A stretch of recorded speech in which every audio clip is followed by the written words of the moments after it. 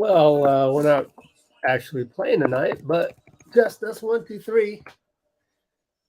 We might as well go live here. And I've got the TV on a little bit louder than usual just because Dell Curry, don't forget Dell Curry is an announcer for Charlotte Hornets.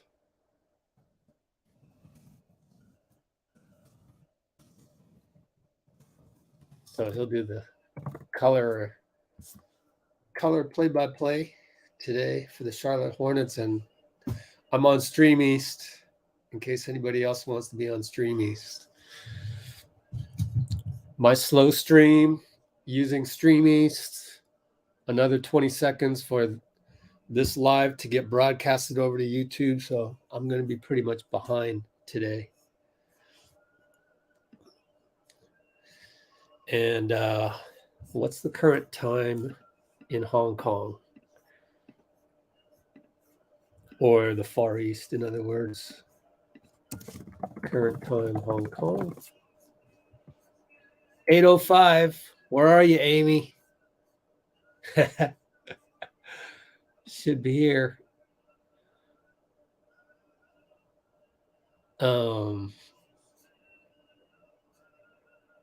Yeah, a lot of good behind the scenes stuff here, which I actually want to record some of this stuff.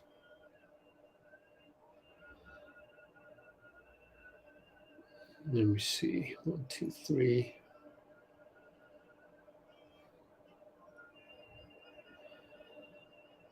They're doing the national anthem right now.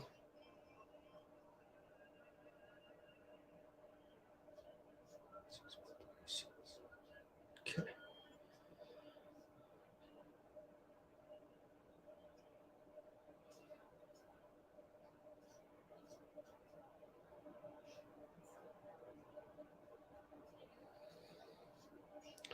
So Katie's on a minutes restriction tonight.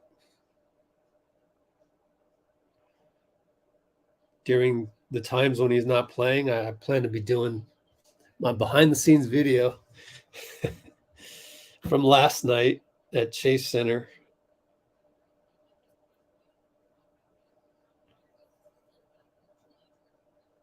There we go. 1, 2, 3, 4, 5. Oh.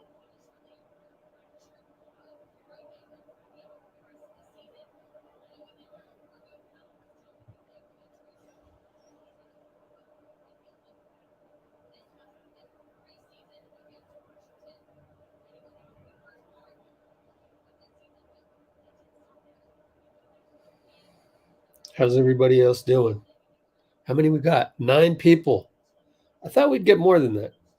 But it is an early tip-off, which means in Brazil it is...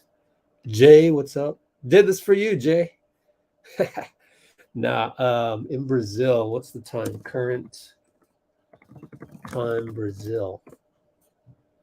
9:07. Vitor should be here at some point, I would hope.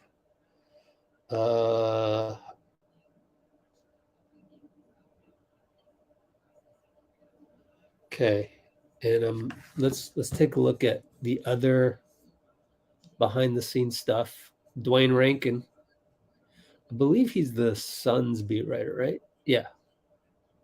Arizona Central. Let's see, what other ones are there? They copied it from Dwayne Rankin. Still waiting for tip-off.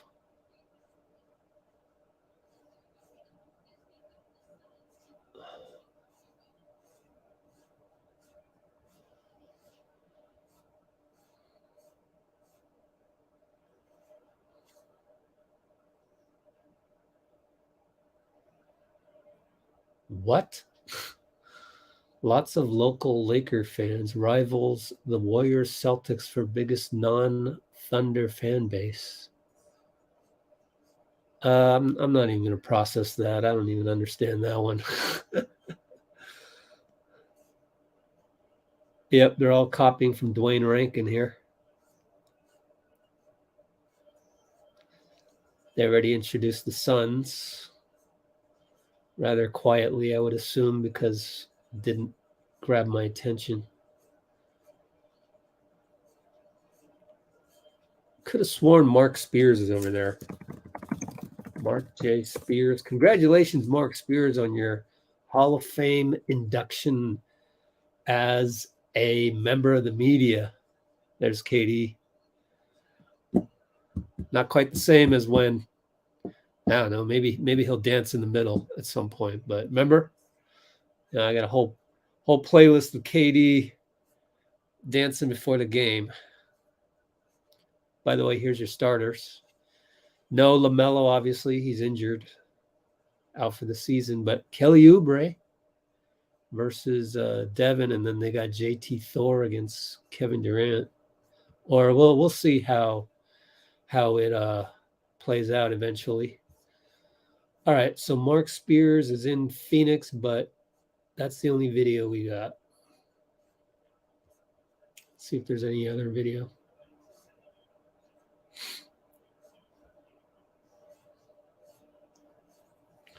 I guess this month is Women's Empowerment Month.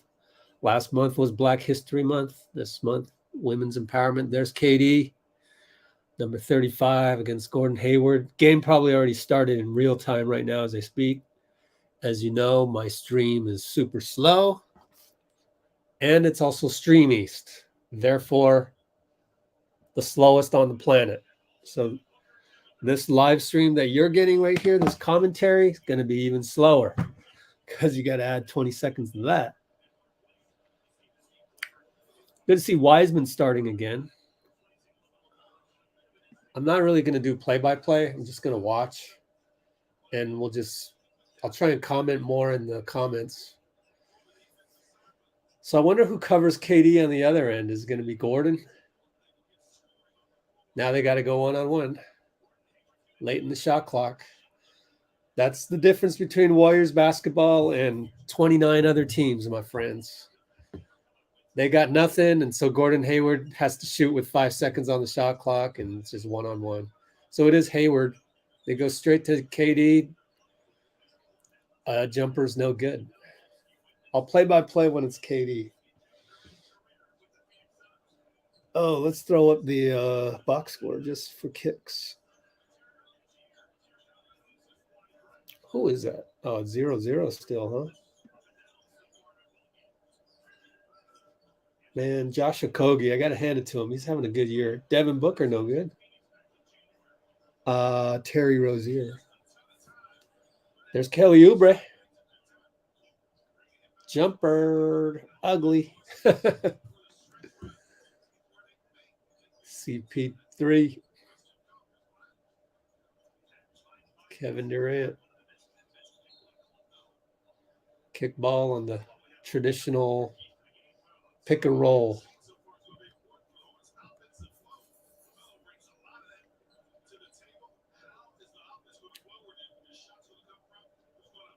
Wow, Steve Clifford yelling his head off already. We've only gotten $1.24 into the game, and he's yelling.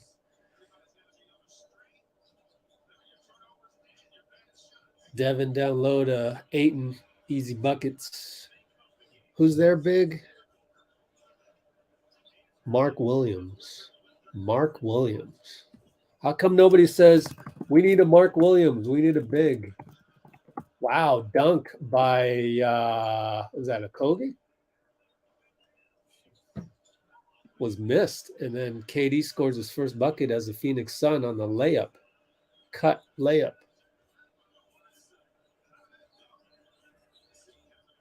Yeah, Josh Okogie. Is that an Oubre 3? Why would you shoot that? Good Lord. Everybody that's so mad about the Warriors and how they run their system. Look at how ugly this game is so far. There's been nothing, literally nothing system run so far.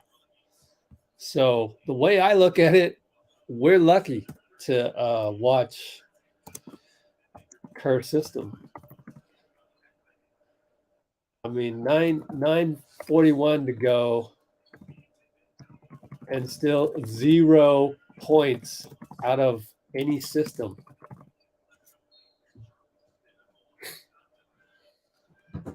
I mean, do you even call it a system? You can't call, you can't call a dribble drive one-on-one by Booker dish off to Ayton as a play. You know, that's not a play.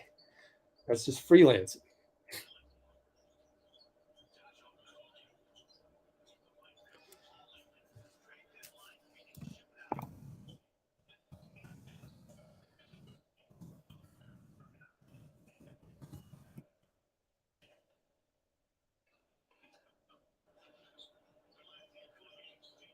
JT Thor in the corner, no good.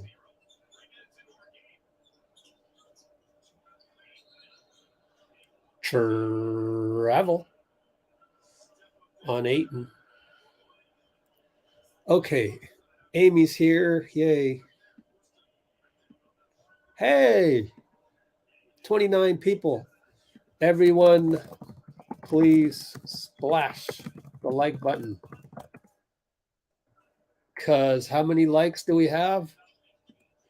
It is a paltry, checks notes. We have 7 likes. Come on. There's KD for 3 on a trail. Still, there's been no plays run so far. No plays. I mean, do you want to call this high pick and roll? Is that a play?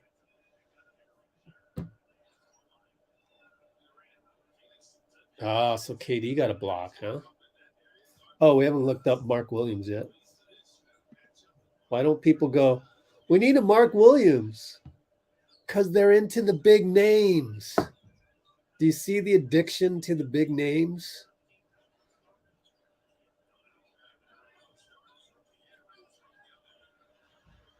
You know, I almost want to say one of the problems with the Hornets is that Michael Jordan doesn't know a system. Like, he's not the type of guy, you know, right? Maybe one of the problems with Michael Jordan as owner is that there's just no foreseeable way for him to install a system like the Warriors or the Spurs. I'm just saying. Or in this case, for this year, the Utah Jazz, who, by the way, isn't what's his name anyways? Utah Jazz coach Will Hardy, and he came from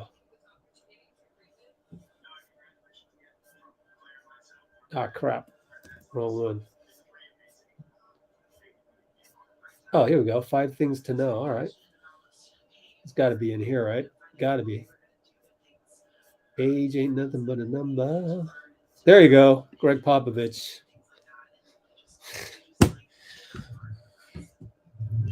Solved that problem. Not problem, but investigated that one easily. Popovich coaching tree. Anyway, let's go back to Mark Williams. Why haven't any casuals said, we need Mark Williams? Why? I'll tell you why. He's not a big name like Kevin Love, Serge Ibaka, Dwight Howard, Boogie Cousins, Nerlens Noel.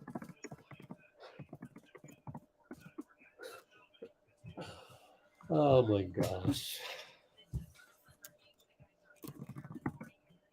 There's an addiction to to big names as acquisitions. A la NBA 2K. That's how people view the world. That's how people view the NBA. They view it not in real life. They refuse to do it that way. They view the NBA in real life as NBA 2K. Like you can just go get a big name off of the draft board, trade board. Magically, your team's better. Super casual way of observing the NBA.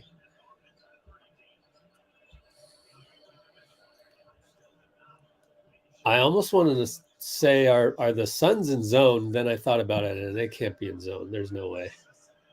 Just go straight up, man. You're 11-0. But look at Chris Paul. He's shading over. He's on JT Thor. Huh. We'll see next time down. Probably got switched. Yeah, they're man. So, I mean, we talk about the Warriors all the time. I mean, like this is 29 other teams, right? Or 27 other teams.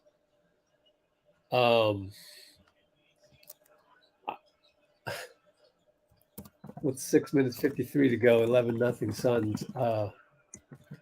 I hope people realize just how unique the Warriors play.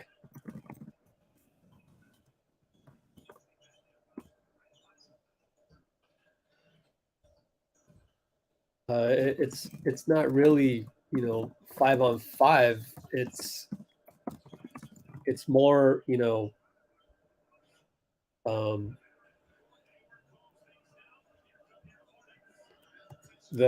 it's more the collective is greater than the sum of all parts.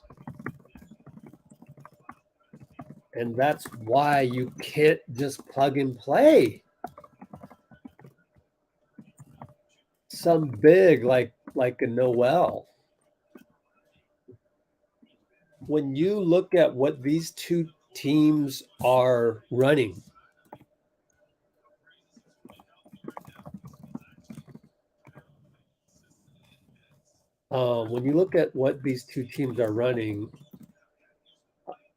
it's more traditional, more plug and play, or 1-on-1 times 5. Right? Look at it. There's no movement. Like there's almost no movement. You maybe get one cross cut by Oubre, which turns into a pick and roll between Williams and Rozier. But that's about it. Don't tell me you're going to get Nerlens Noel. I mean, Nerlens Noel can easily fit into either of these teams, right?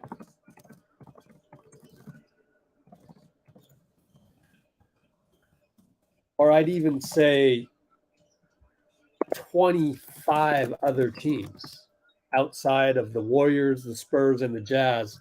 And the Jazz run what the Spurs run because Will Hardy used to be a coach under Popovich. So he knows how to maximize Lauri Markkanen, which is to move him around.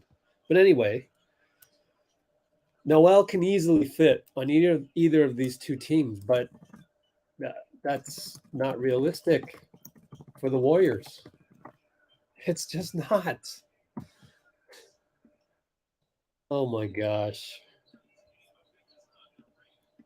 I'm a little bit more comfortable saying this today because I know our whole live stream today is our most loyal and understanding and higher IQ fans. We hardly have any casuals on here. So, and I don't mind that. And I knew that. And I'm going to go ahead and say what I got to say.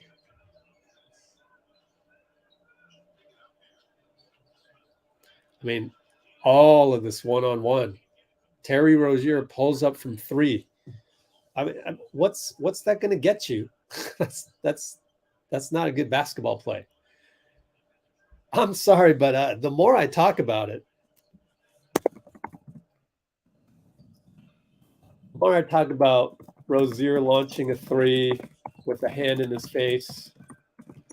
JT Thor right here attacking and getting a hoop over CP3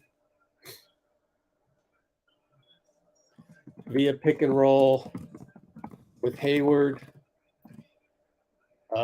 It's not like we don't run pick and roll. We do. But just the movement of the weak side, or lack thereof, it becomes more apparent to me when I'm watching basketball. When I'm watching basketball, let me turn down the background music. Girls just want to have fun. I guess that's a thing now on Jumbotrons. Didn't know that. When I'm watching basketball not involving the Warriors, I'm sorry, but it's just not as fun to watch.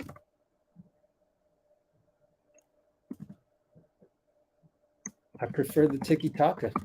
I really do. Now that we have it, I'm addicted to it. I'm addicted to Tiki-taka, and that's thanks to Steve.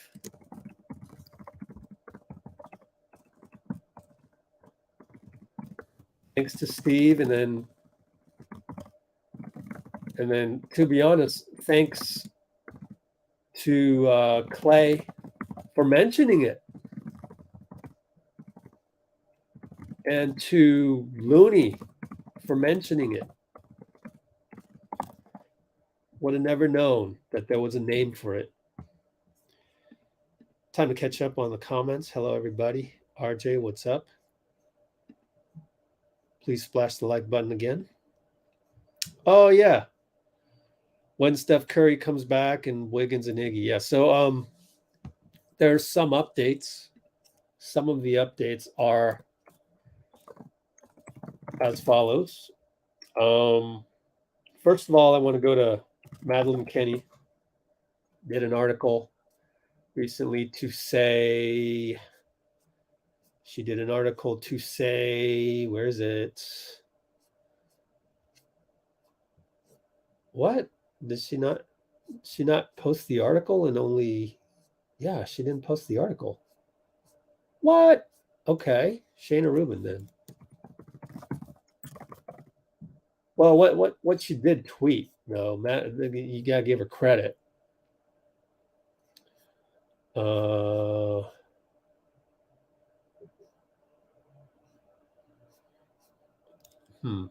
She didn't really do the clout way of doing it. So I want to say at the now I can turn on the volume again. What you got to say, Dell Curry? 23:45 mark. Updates on Steph Curry scrimmaging yesterday via Madeline Kenney, Iguodala, and Wiggins from Bob Myers today on the radio. So this is the update of the Steph Curry. He said he scrimmaged, and only thing he said was it went well, and that's it. That was in the article. We'll come back to this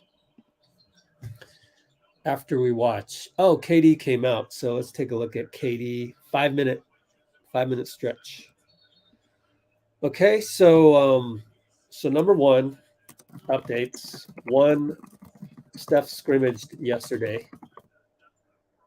And then we also have twitter.com Warriors PR.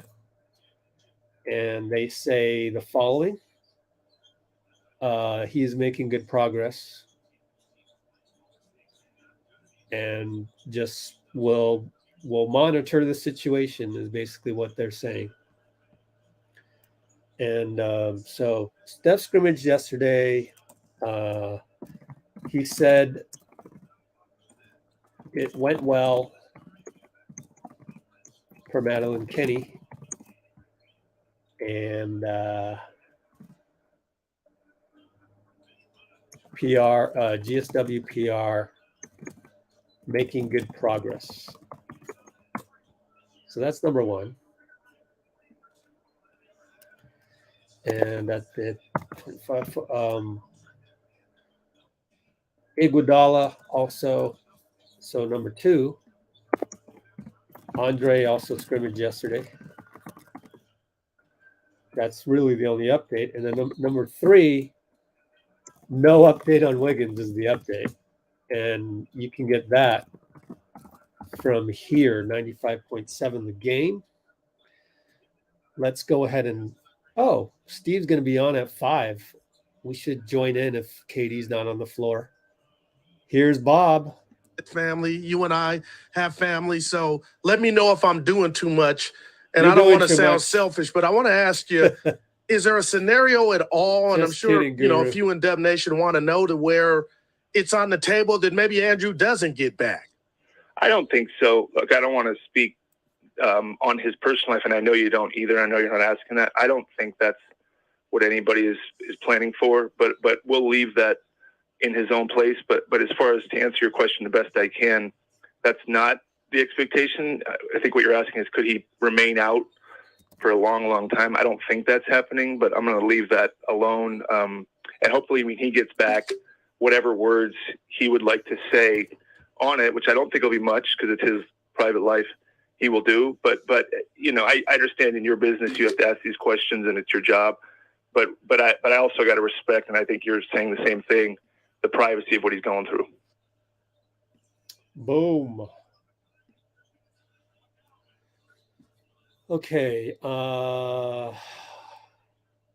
That's it. That's all we got for Mr. Wiggins. I might as well go check. Let me go check to see if there's anything from the family.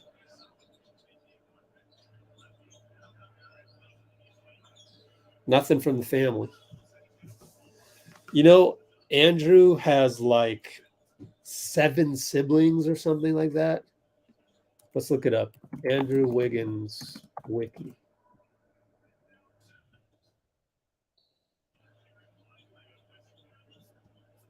Where's personal life? Man, it's very different than the mobile version, isn't it? There it is. Has 5 siblings. There's 6 Wigginses. So, I want to tell you this. 29 mark. FYI, Wiggs has 5 siblings, and all of them are silent on IG right now. I follow all of them. So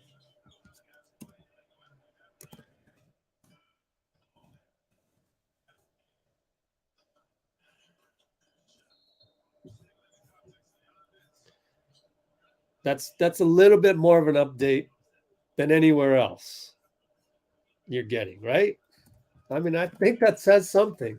You should see, I should say this. One of his sisters routinely posts on IG, but hasn't lately.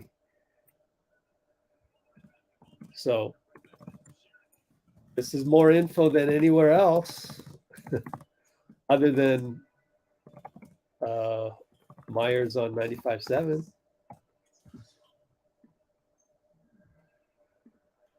So there's that. So no update on Wiggins. Not really.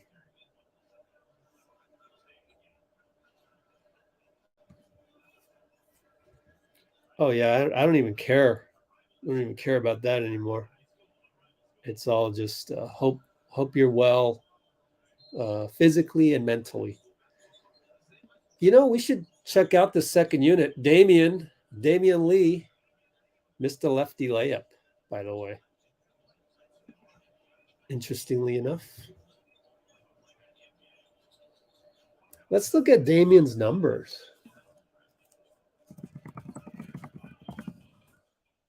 So 20 seconds left.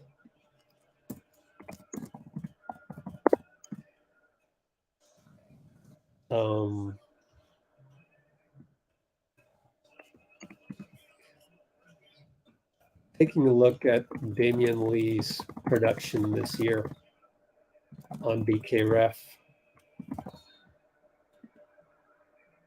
Charlotte hits at the buzzer, 27-25.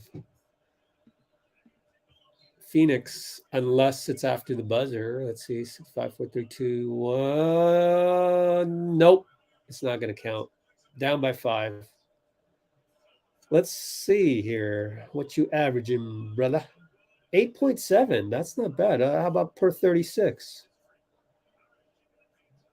What are my per 36s? Wow, he's on par, man. He's always been pretty good at that. This is probably his favorite section of the internet for his agent to negotiate contracts. Look at my man's per 36. It's pretty darn good, fellas, for a backup 2. Let's look at the game log. Let's see what kind of, has he burst out for 20-point games here and there? It's not bad. Oh, look at that week he had. Wow. 31. Jeez. But they lost 2 in a row. Yep. Damien's playing well, man.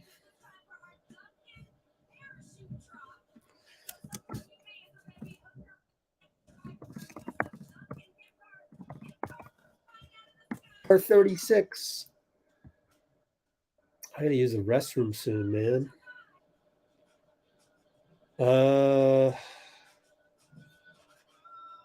Eating my breakfast. Golly. It's an honor. It's an honor. Amazing. Wow, YouTube is awesome, isn't it? YouTube is awesome. What should I put in the background here?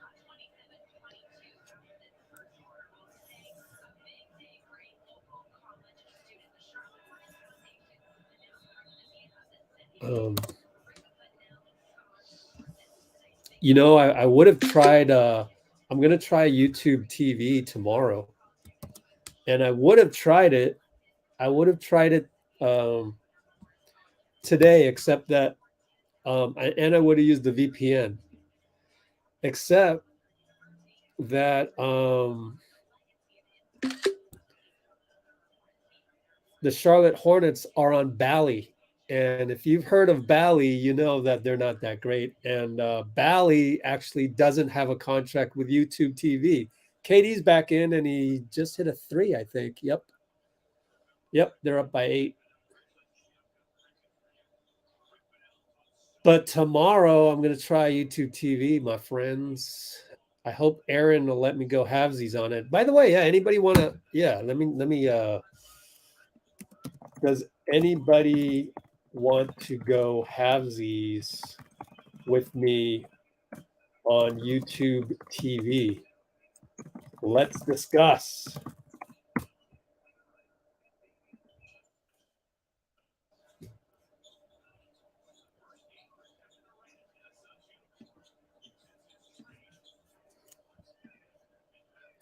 Lambdale, no good.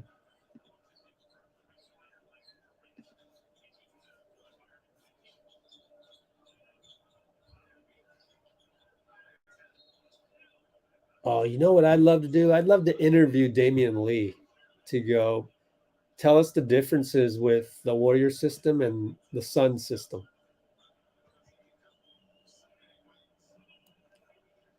Suddenly my internet's slow. Come on, internet. Let me check my internet speed test. What's up with this, man? So slow.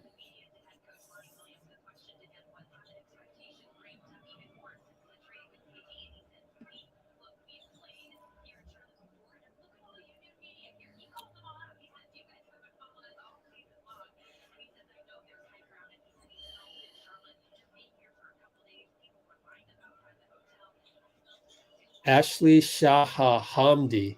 Is that how you? Shaham? Ashley Shahamdi.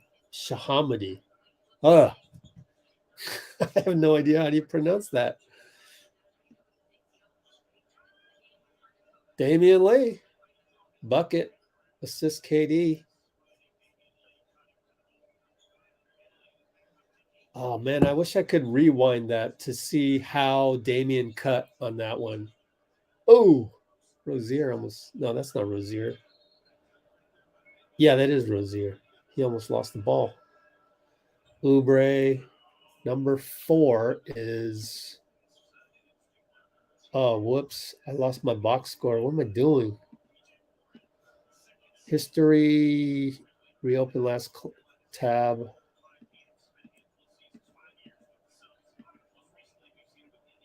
There we go. Man. Dennis Smith, Kai Jones, and Nick Richards. I like Kai Jones. Where are you, Kai? There you are. Over there in the hair. Green hair is Kai Jones. Charlotte, number 4. Bryce McGowens is out there. They recently gave him a 4-year contract from a 2-way conversion. Number 7. That's nutty to me. Of course, the last year is a team option, but you convert a guy and you lock him up for 4 years. It's crazy. Never heard of that. Never heard of that. It's like, I don't know why you would do that. I don't know why you would do that. Somebody tell me why you would do that, guys. It's confusing to me. Are you going to get this type of discussion anywhere else? KD with the rebound. Haven't seen him do much since the three-pointer. But look at Bryce McGowens. Like, he's super cheap. So maybe, we kind of did the same thing with Ryan Rollins, quite honestly. I don't know. Why would you do this? I guess they think if you're in the system for 4 years, it's better than bringing on somebody new every single time. Kai with a dunk. Let's see. What number is he? Number 7, right? Yeah, number 7. Oh, he's got some length. You look at him. Let's check this out. Bryce McGowens wingspan. 6'5".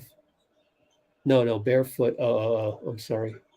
6'8" wingspan. That's not even 7 feet. He's skinny too. Maybe they think he's a. Do they think he's a poor man's Tyrese Halliburton? Shooting guard, Nebraska freshman. NBADraft.net. Shout out to my guy Eric. We were just talking recently about what the Warriors will do in the next draft. So we'll go over that when the time comes. So yeah, I just went on a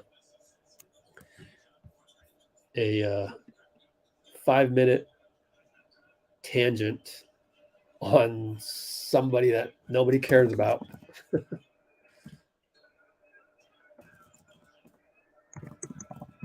On Bryce McGowens getting a 4-year contract.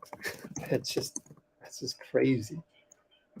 From MJ as a two-way convert. Interesting. At the very least, this should serve as a template for Anthony Lamb, my friends. If we can get Anthony Lamb on this contract, I'm happy, because we wouldn't be able to do that with Nerlens Noel. But if we can get Anthony Lamb on this contract, right? Are you getting any of this information from anybody else in the Warriors universe?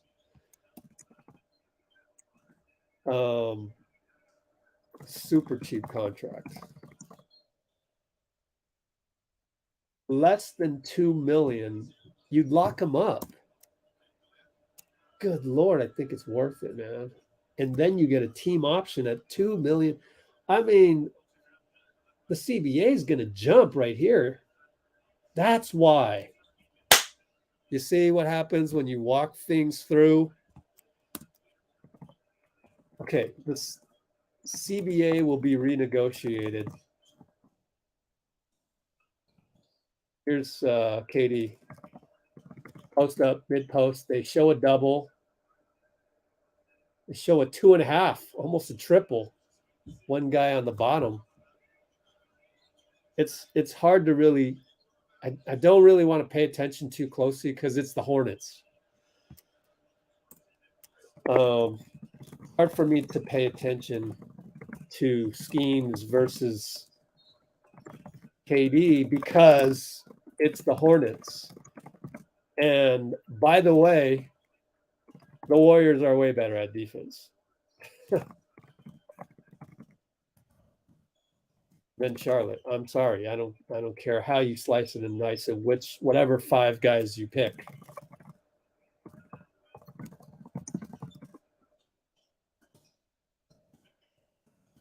Anyways, collective bargaining agreement, NBA CBA renegotiated. When is this? Oh, that's right now. Yep.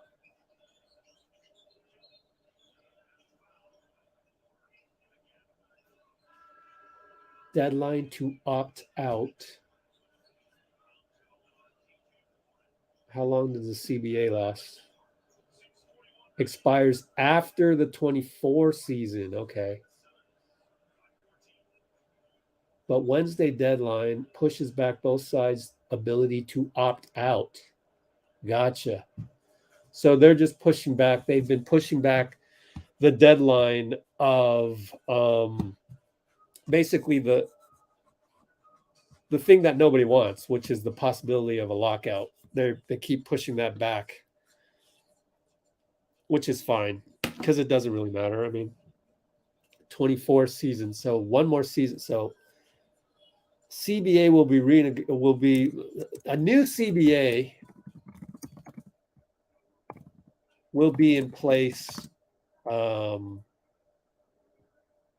summer 2024, meaning the cap will jump at that time, which is probably why McGowens got such a lengthy contract as a two-way. If you spot a two-way player right now that you like, you lock them in. Because the penalty to get rid of this salary is not that bad. I mean, it's just $2 million. It is bad if you're a luxury taxpayer and repeat luxury taxpayer, but it's still, at the end of the day, the guy's only making $2 million. So whatever it is.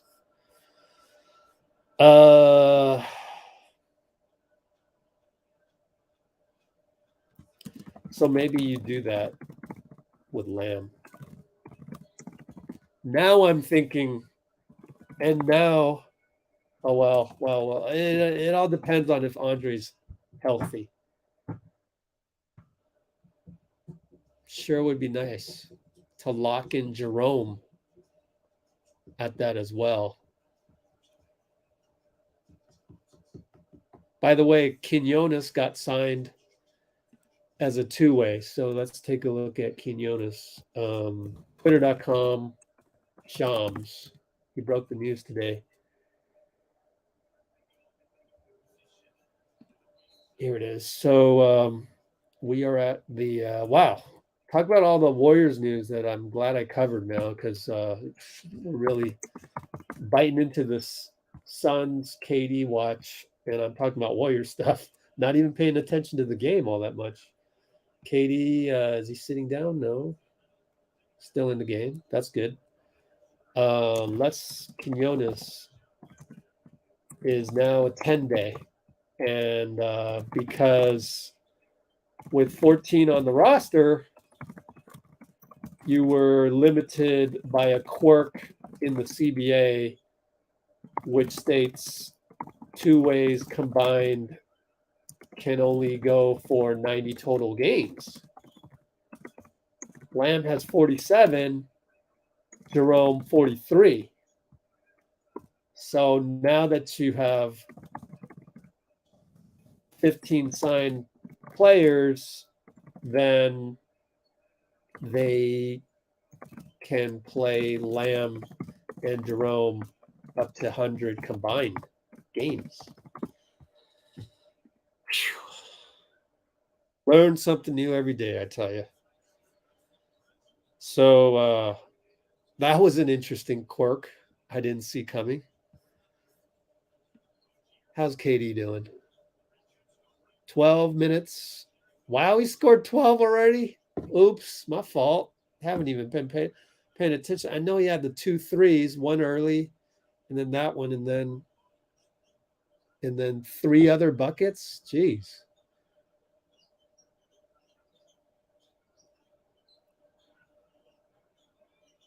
CP waits for the pick and roll, swings it over to KD, gets it back. You can see this is playground basketball.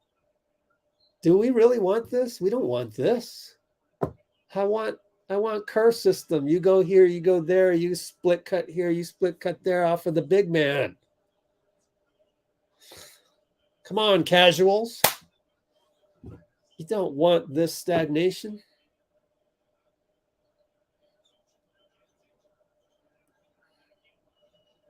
We can never fire Steve Kerr. I'm sorry.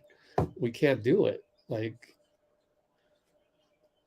Look, I mean, I get it. If Steph Curry was 6'10", as KD supposedly is, then we could go play traditional ball all day, and it's a lot easier just to mid-post the 6'10" guy than have 6'3" Steph Curry run around and fly by. We used to call it mosquitoes. Oh man, we're playing a bunch of mosquitoes, a bunch of small guys. But the thing is those mosquitoes, they run around, they run the break, and they shoot threes, and it's a pain in the butt to catch them.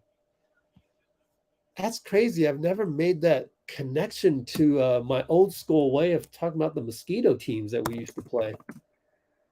I used to call the small ball teams we used to play in Asian leagues and tournaments mosquitoes.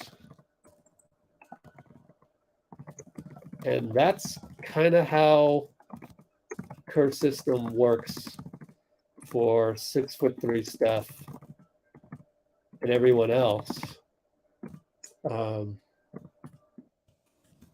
It's not like he's 6'10" and can just camp in the high post and everybody watch and be ready to catch and shoot. That's just not how we do things. Thank goodness that's not how we run things. Let me catch up on the comments. Devin never misses Senzo. Yeah. Let's talk about Klay. Oh, well, I'll get there, RJ. Been talking about a lot of stuff.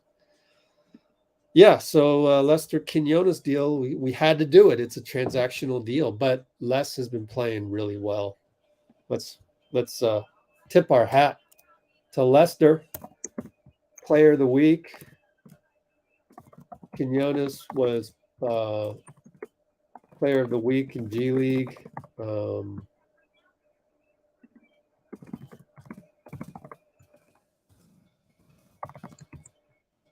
He's apparently gotten bigger per Tim Kawakami, who saw him in person, because Santa Cruz was practicing at Chase and has been hanging around there lately. He's gotten bigger. He was a pretty NBA, pretty good sized NBA body. Okay. And so Ashley Shahamadi,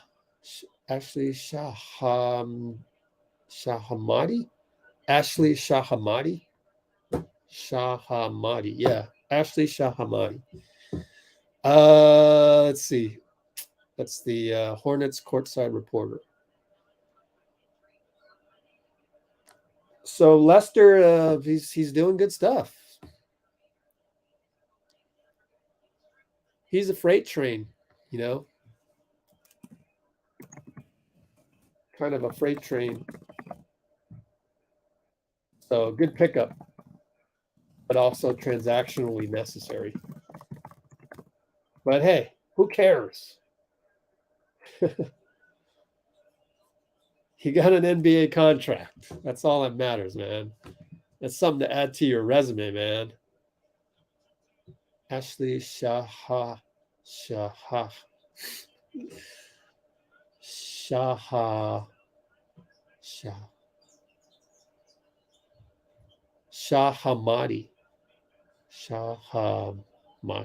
Ashley Shahamadi. Ugh.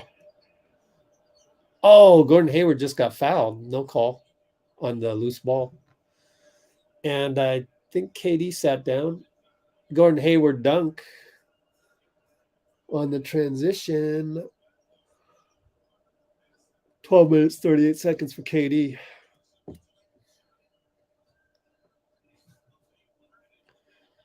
Yeah, Suns went up by 15. I don't know. I don't really. It's the Hornets. It's the Hornets. It's hard to judge this one. Let's see him play. Who do they got next? Phoenix Suns. Let's see. Phoenix Suns schedule.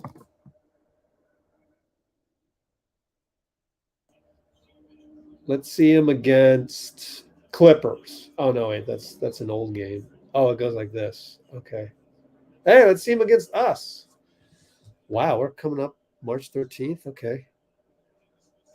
Even just watching them against any of these teams is more information than you would get from the Hornets, I think. Not to throw the Hornets under the bus, but yeah, also throwing them under the bus. Mark Williams has shot no threes. Hasn't even shot a three.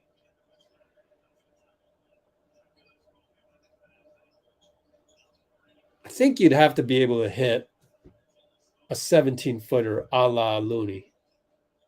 At least hit a 17-footer. So you gotta see the range of some of these guys.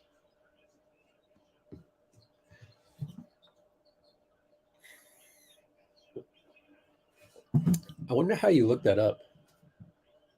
Well, as I say that, Mark Williams hits a jumper. Let's look it up. Shot chart, Mark Williams, Hornets. Where am I going to find this? Nothing. Come on. RotoWire.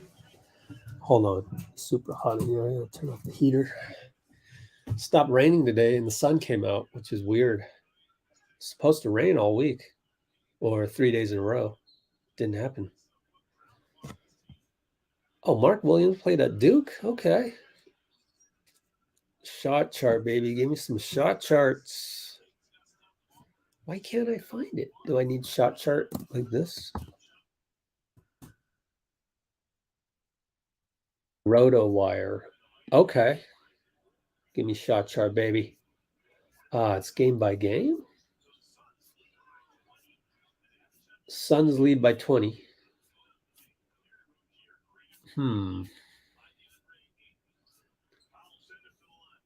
Show contract. Hey, this is a pretty good website.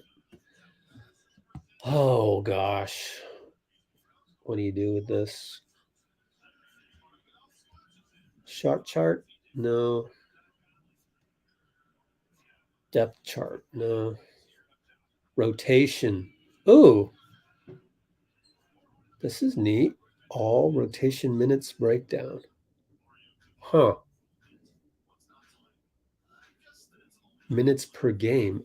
Last 3 minutes? Is that what that means? Huh. Interesting. Works out for Wizards. Oh. Interesting. Okay. Mark Williams scouting report. Okay, it says shot chart in there. Fine. Let me see. No. Where do I find this stuff?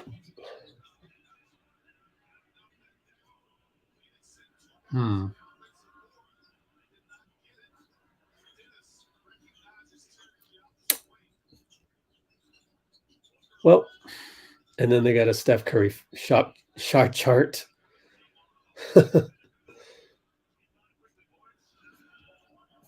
I wish I could see the range of guys. Where do you find shot charts, man? That sucks. How about NBA shot charts? Okay. There we go. This is an app. Oh, no. Requesting to what? This is an app. Who's on the court? What? The site is a work in progress. I can see that. Because there ain't nothing on here. Okay, so that got blown to bits. Video and shot charts.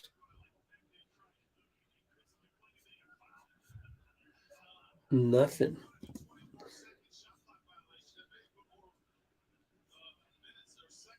StatMuse, that's not going to have it. Damian Lillard. Okay. Halftime, 16-point lead by Phoenix. I can't find anything. Mark Williams? Doubt it. This isn't going to work. Oh, God, I spelled Mark Williams wrong. Splits bio. How does StatMuse make money on this? I don't get it. Like, you build this gigantic website. Really? Advertising? This is a team shot chart. Forget it.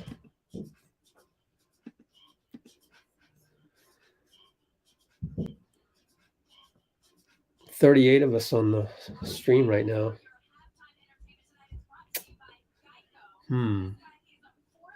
Okay, I'm going to go use the restroom. Meantime, why don't we look at some pre-game Dwayne Rankin? 2 minutes of KD, baby. Ooh, some more. Man, I should just make this into my own video. Kevin Durant being introduced. Kevin Durant again. And Kevin Durant again. 2 minutes, 14 seconds of KD.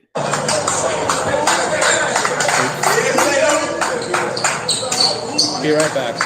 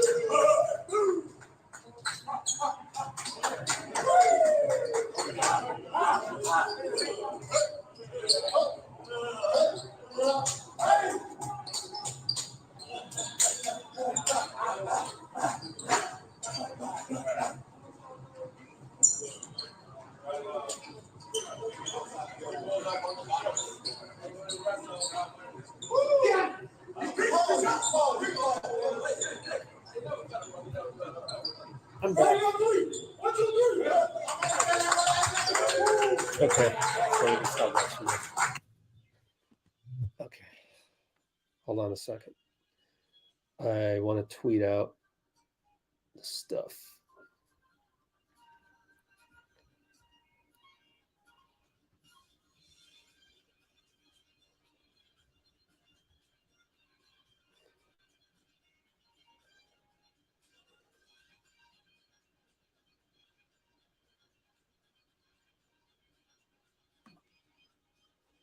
Oops.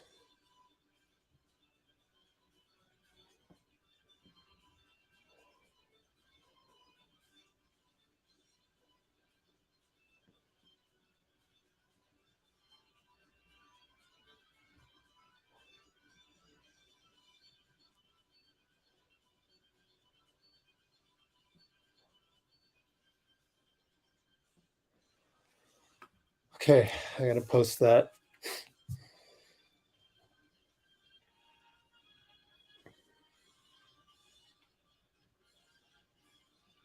Let me post on Twitter and all that.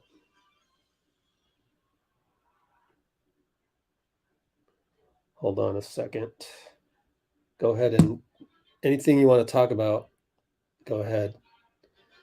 We can talk about in the comments soon. Let's see.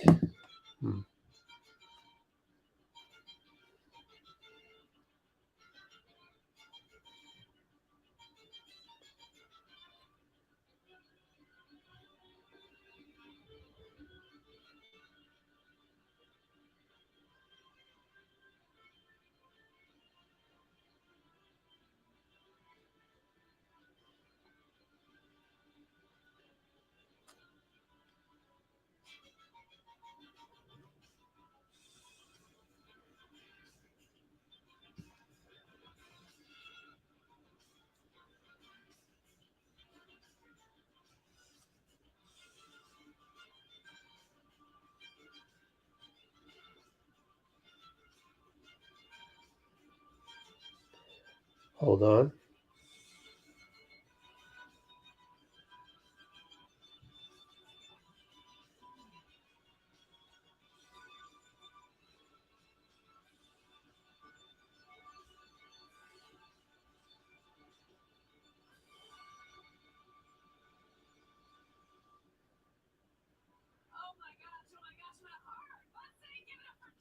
Oh my. That was not a good copy paste.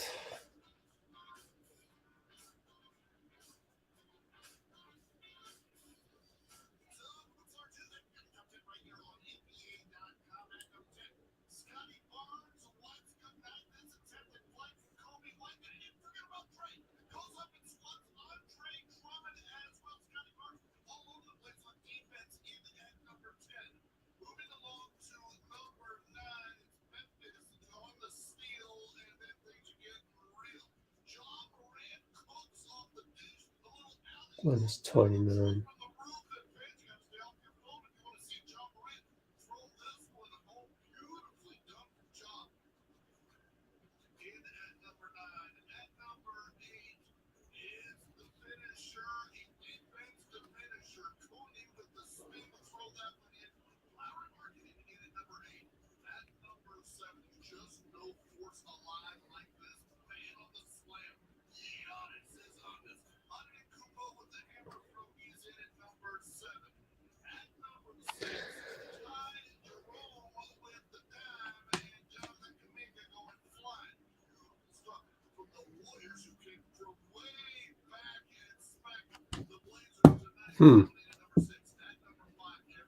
Watch. Okay.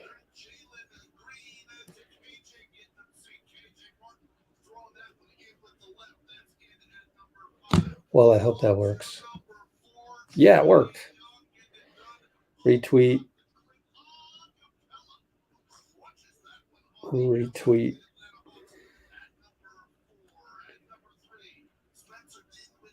Retweet.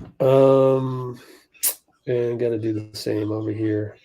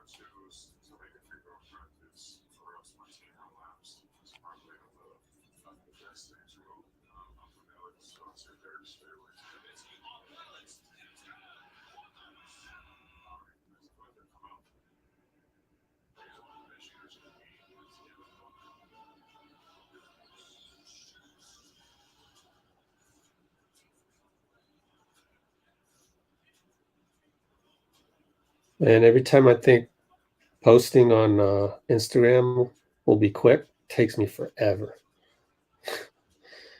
It's just the fact of life, man. Okay. But I did use Brandon Bowling's screenshot for kicks, since I've already screenshotted Amy a million times.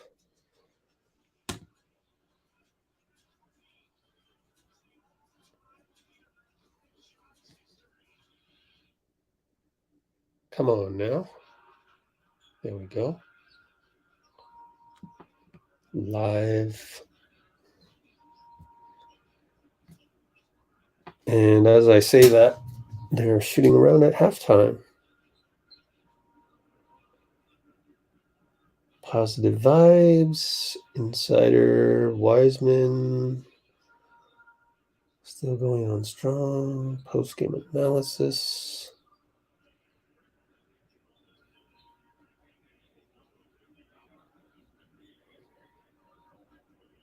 Gotta keep all of these, man.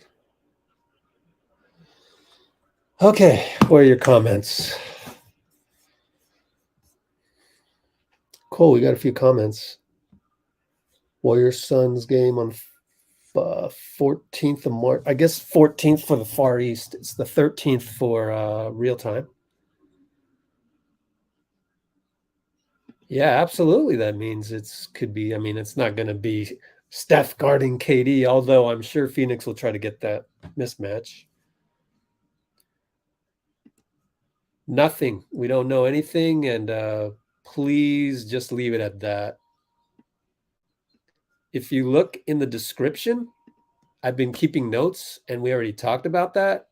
So go look in the description real quick, and you can see the notes.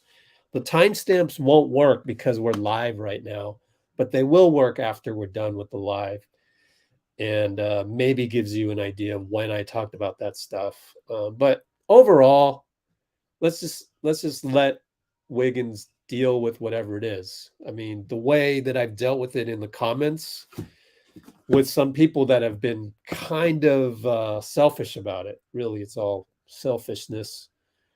They go, man, Wiggs needs to do this or that for me, basically, and it's ridiculous. And what I have a problem with is that, have you ever had a family matter? Have you ever had something that happened with you or your family that really should just be private for your own family? There's no other way to describe it. Whether it's, there's things like, a medical diagnosis, a death in the family, a loved one got arrested and you need to help them cope. A loved one got assaulted and you need to help them cope. Whatever. I mean, there's infinite possibilities, right? So let's leave him alone. Everybody leave Wiggins alone. Let him deal with what he's got to deal with. Anyway, if you want to go look on twitter.com 95.7, let's run the tape. I think we talked about it. Didn't we do this already? Yeah, we talked about it already. Just go to 95.7. We did this already. Oh, Steve's going to talk at 5. Oh, he talked at 5 already. Let's see. He said, Steph is doing well. He'll scrimmage again tomorrow. And he also said, we are seeing our team establish some grit and chemistry. Yeah, he said that last night. And that's it. That's it. I would love to just play the radio station right now, but I think that would be in bad taste for 95.7 to just, that would be like somebody restreaming my stream right now. It's not like I care, but it would be in bad taste, So if you really want to hear Steve Kerr right now, go to 95.7 right now. He's on the air, I think, for probably another couple minutes, and that's it.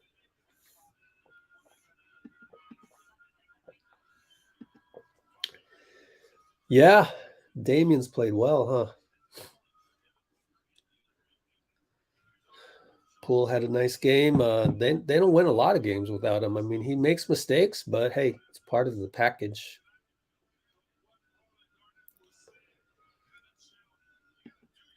Oh, yeah, I wasn't blaming you, NorCal. No, I wasn't.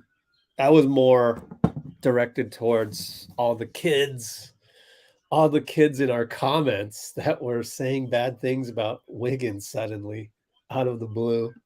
Not out of the blue, suddenly kind of unexpectedly negative on Wiggs, but I get it. Like, I mean, you don't know if the person who's commenting could be like, 12 years old and just doesn't have the life experience to understand a family matter. So, but it did get annoying once I saw 2, 3, 4, 5 of them in a row. Then it gets like, okay, now I'm a school teacher. Now I'm the recess, what do you call it? The recess monitor.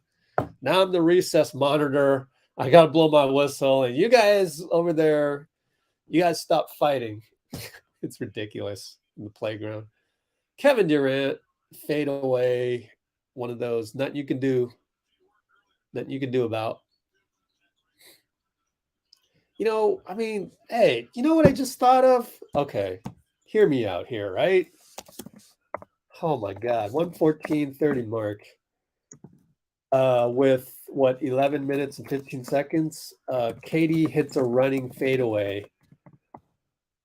How do you spell fadeaway? With the E or without the E?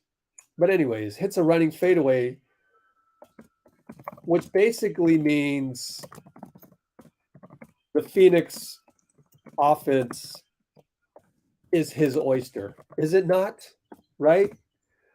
And for all the hate he got for leaving Golden State, I mean, wouldn't you, if you had the talent, skill of KD,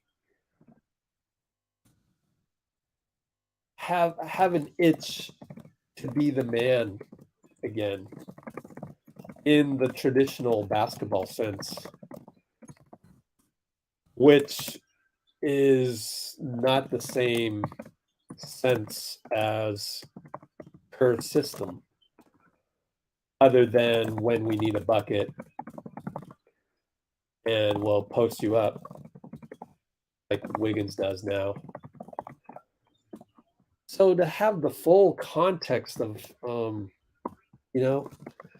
think casuals need to have the full context of the game of basketball before they get outraged by everything.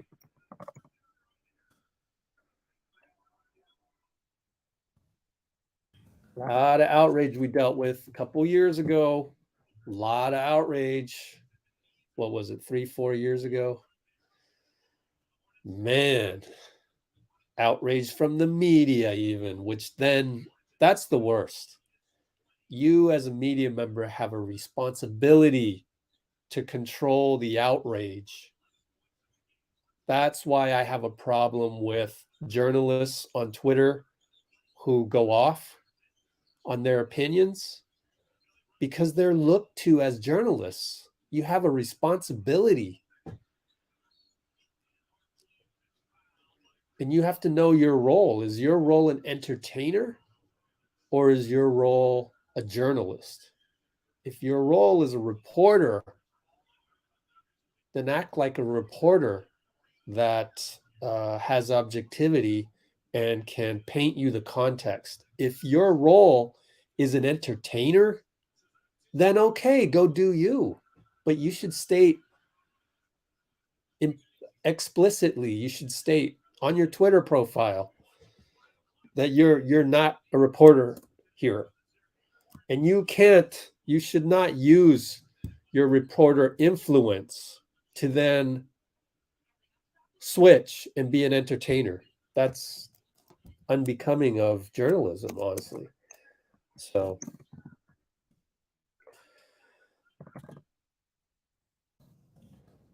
that's my main gripe of journalists who spark outrage from an entertainment perspective.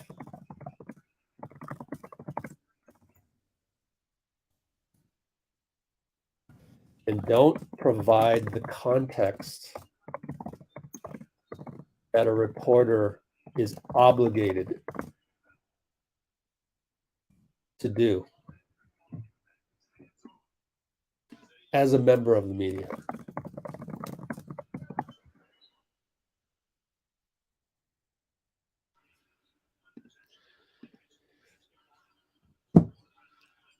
All right, Gordon Hayward versus KD. KD drops on the pick and roll, and Hayward fires away, hits it. They are now 62-53, 62-53, single digits, respectable. And I'll get to your comments shortly. Devin Booker downhill. Oh, goaltending. Let's take a look at Twitter.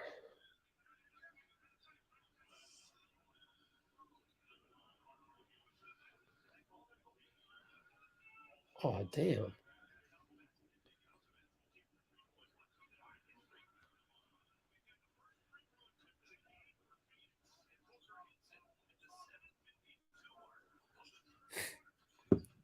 First free throw of the game. Wow. The 7:52 mark for Phoenix. First free throw of the game for Phoenix by Devin. And so, again, I come back. We shouldn't be too outraged by the Warriors not shooting free throws all the time. It happens. Depends on your personnel. Rozier kind of in freelance mode. Give the ball up. Oubre, freelance mode. It totally feels like a men's rec league game. And then Booker stares at the ref after he didn't get the foul call last time and gets a dunk this time on the touchdown fast break. 6:56 to go, third quarter. I'm sorry I never reported the time so you could sync with me on this.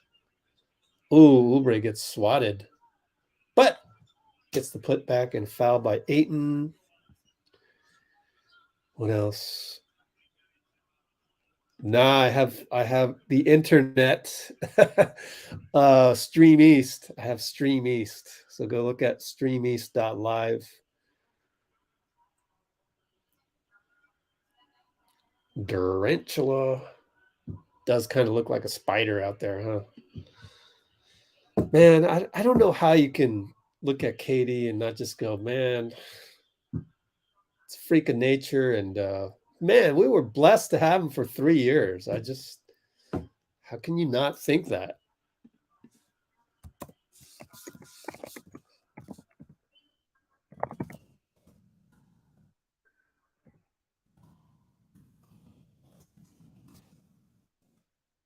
Okay. I have completely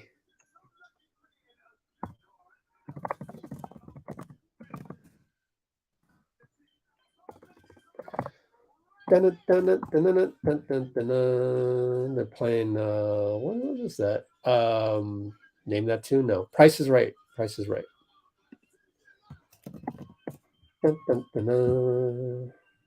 Am I going to get demonetized for singing? Oh my gosh. I might get demonetized. Got to be careful. Okay. 18 likes. We only have 18. That's impossible. We had like 40 people on last time. Oh, we got 26 likes. Here, let's do this. Everybody, please splash the like button. 35 concurrents. Only 26 likes.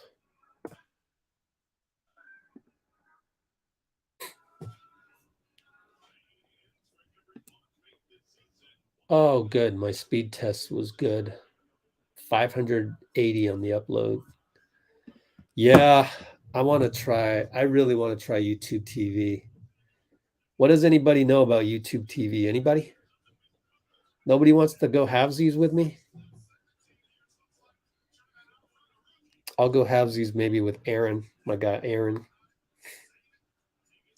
Let's see. Man, I only got... Oh, I see what happened. Looney.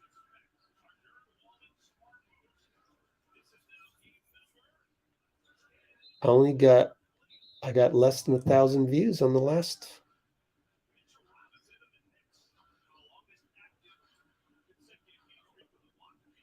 Huh. Whatever.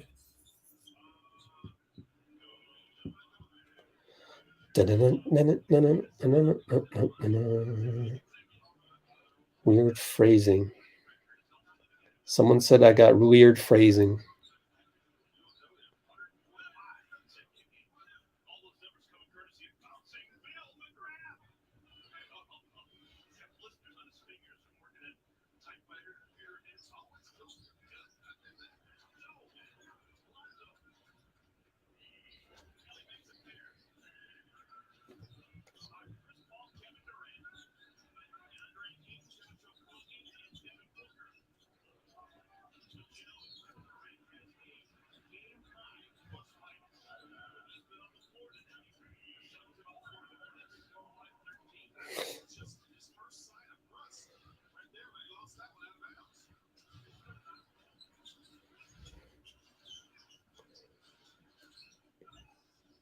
Okay. Oh, it's good not to like feel the pressure of announcing the play-by-play. Just a lot of one-on-one play. I'm not saying that the Warriors always run through the system. I mean, they're going to get one-on-ones every now and then. Jordan Poole. Just kidding. Even Klay, right? He'll just take it one-on-one. And, of course, Steph, when he's out there, you need a hero shot? I'll get you a hero shot because we haven't scored in 4 possessions. Boom, then we go. But KD sits down and he's kind of mad at himself. Why is he mad at himself? Is he playing that badly? Only 2 points, 6 for 9. Okay.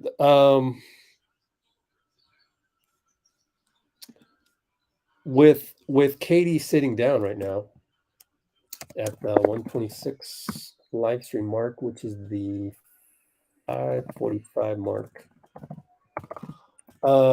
With KD sitting down and seemingly set with his own play, he's 6 for 9, 2 for 3 on threes, 4 rebounds, 2 assists, 2 blocks, 14 points.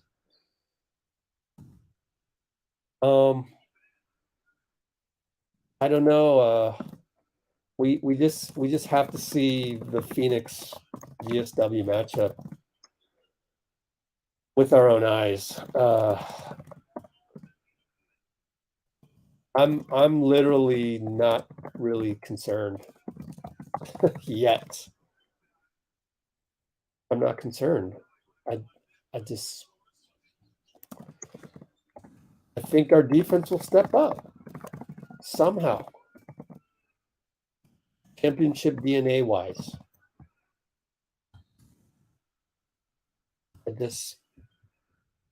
I'm flirting with the basketball gods.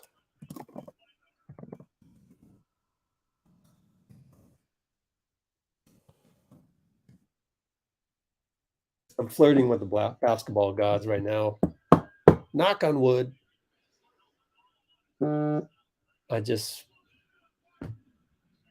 They don't strike fear. They don't strike fear in me. I don't know why. Maybe it's just because of the way we have stepped up the defense lately. And I tell you what, I'd rather have Anthony Lamb out there than Nerlens Noel to guard an offense that has KD, Booker, and CP3 in it. Maybe that's why I brought it up.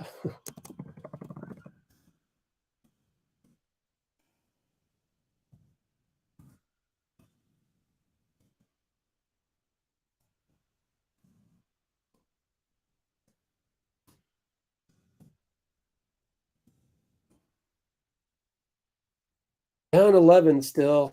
D-Book, the clock running down. We'll pull up. No good.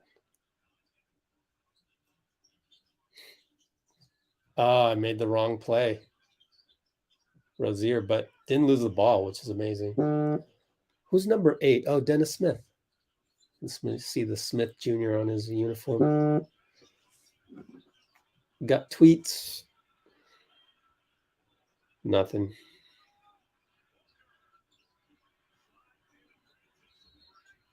D-Book scores, and they got to call timeout because that's another run.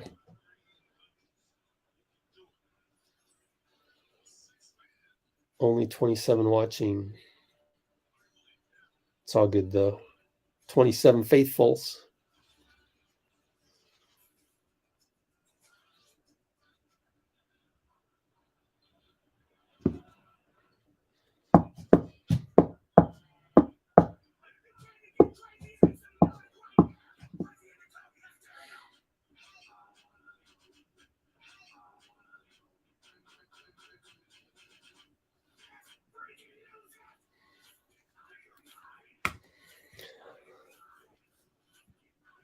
Oh, you didn't know we were live? Oh, sorry. Yeah, I forgot to announce it yesterday night. I wanted to just see how I felt and felt like I wanted to do it. The other reason I was on the fence was because let me just actually write this down, transcribe my own live stream. The reason why I didn't announce this live stream last night was because I wanted to see how I felt, but also that there's a back-to-back coming up tomorrow versus LAC, and then the Pelicans the day after, which, by the way, no Zion Williamson. And who else is healthy? We might as well look it up. NBA injury report 2022-23. What do you need to know my location for? Let's check. Pelicans. Where are they? In Sacramento or something? Portland. No Zion. Do they have Ingram back? Yep, they do. No Larry Nance. Can you even see this? This is so small.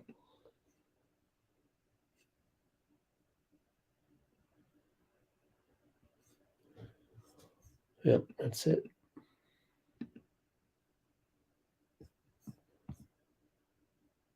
How did the new Suns look? See, I can't tell because it's the Hornets. I can't tell. I mean, the numbers are there, right? 26, 14 for Ayton, 11 rebounds, Ayton. But it's the Hornets. So what I've realized, my conclusion is that a reinforcement that the Warriors really are a different team than the rest of the NBA, other than the Spurs and the Jazz. Because the Spurs are the Spurs, you know that. Oh, we got an and one against Damion. Rozier scores, and they can cut it to 9. Third quarter, 3:27 to go. Streaming it on Stream East. I don't get any money for saying that. I'm just trying to help you guys out. I want to get YouTube TV. Not that it would help me with this broadcast. It wouldn't, because this is on Bally Sports. Unless they got it on the Phoenix. Let's check out what is Phoenix's Phoenix Suns cable channel. YouTube TV. They're Bally as well. Oh, that sucks. YouTube TV only is partnered with NBC Sports. So I would not be able to watch it even if I had YouTube TV plus a VPN to pretend I lived in Phoenix or down there somewhere. They might not even have a Phoenix server, so you'd be out of luck on Phoenix games. You know, that wouldn't be a bad way, honestly, to circumvent. It wouldn't be a bad way to circumvent League Pass. Sorry, hope people don't get mad. NBA doesn't get mad at me, but you get YouTube TV, you add a VPN, and then you just put in the VPN whatever city you want to watch. Granted, you're not going to get Phoenix, and you're not going to get Charlotte and all of the Bally Sports NBA. Phoenix, Brooklyn, you're not going to get Phoenix. You're not going to get Brooklyn. What NBA teams? There you go. There you go. All of these teams you're not going to get on YouTube TV. That sucks. That's a lot. Wow. Wait a minute. What happened to my NBA? Oh, no. Where's my NBA list? Teams by network. NBA. Here you go. Oh, this is interesting. right? Anybody know anything about YouTube TV? Because I want to get it. I want to get it soon, i.e. tomorrow. Analyzing YouTube TV versus Valley Sports NBA teams versus League Pass versus, NBC Sports. Boston is NBC Sports.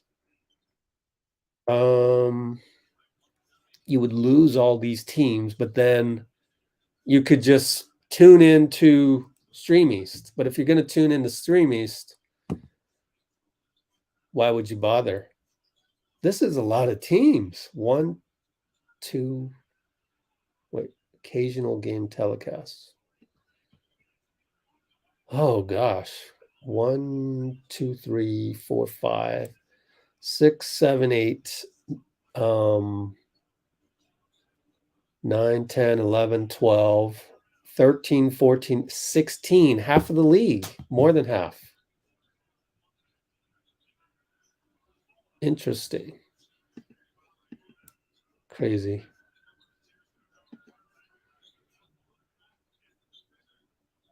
Oh, wow. Celtics and Warriors fan.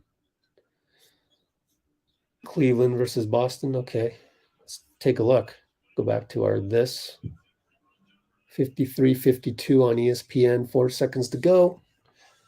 Meanwhile, 1:37 to go here. Phoenix up by 10. Oh, nice bounce pass, Damion. So the other thing about this whole thing, you were talking about how did the New Look Suns look? They look good, but it's a pick and roll offense, and so it just is a reminder of how different the Warriors play. And the whole thing, I got into, you could look in the description. I got into another diatribe, second night in a row, and it's going to happen 4 straight nights. Nerlens Noel. We need Nerlens Noel. We need to learn Nerlens Noel. Say that 10 times fast. Go ahead, Nicole. 10 times fast. We need Nerlens Noel. We need Nerlens Noel. Oh, my God. That's hilarious.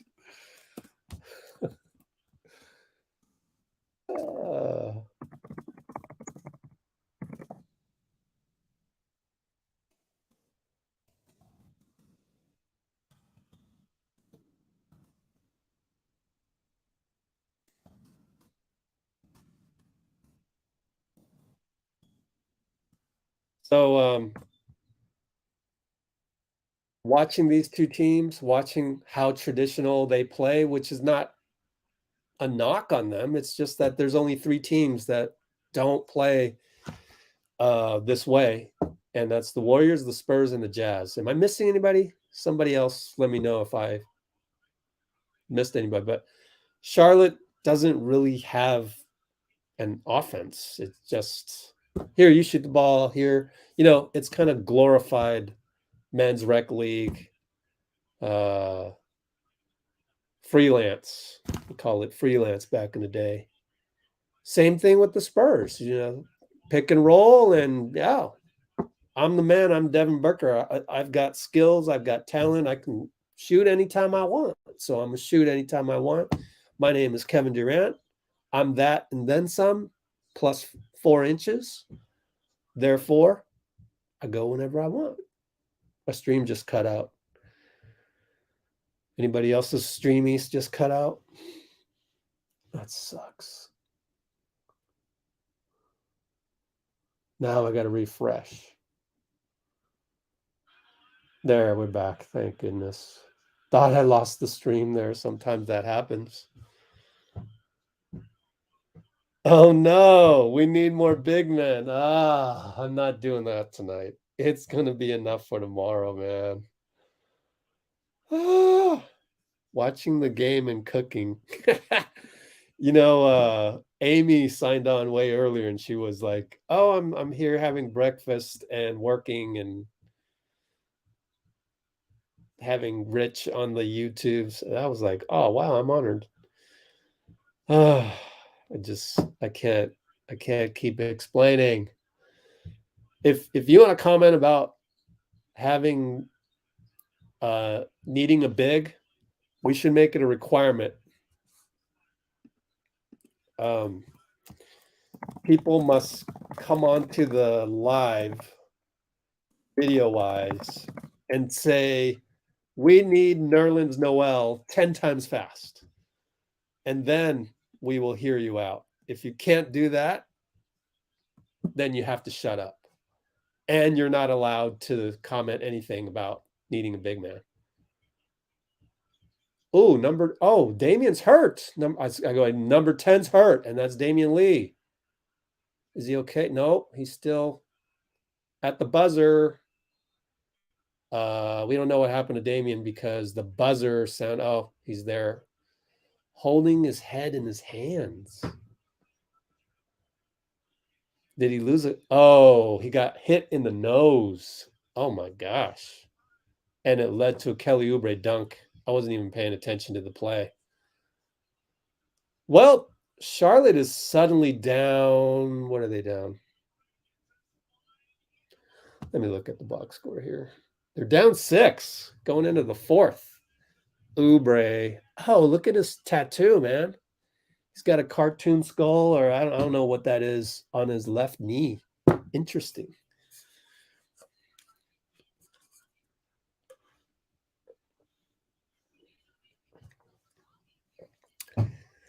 You mean a backup? Yeah, we're talking about that as well. I get it. The problem is, okay, let me put it this way. Yeah. I appreciate you not doing this. I appreciate you not doing that as you say we need a big man, okay? I appreciate it. But yeah, let's also show our permanent tab.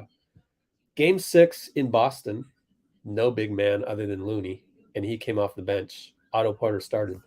So what I want to say is needing a backup big man, needing a big man solely as insurance, as a backup for Looney.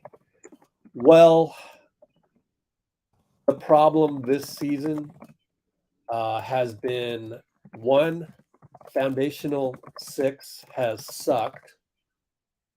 I'm just going to explain it that way. They've sucked.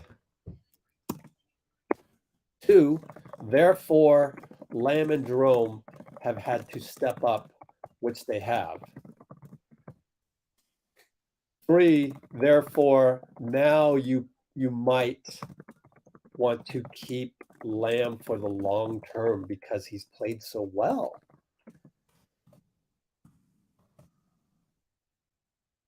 In the vein of, I can help you win games. And that was his approach. That's what he said on the podium 2 days ago at practice. And number 4, all of the injuries. So it really comes down to this. Do you want the last roster spot to go to Lamb or an insurance big man?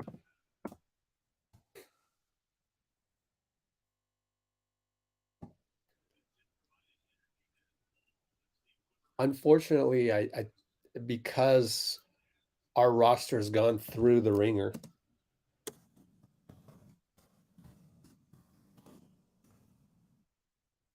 This season, we can't do it the traditional way.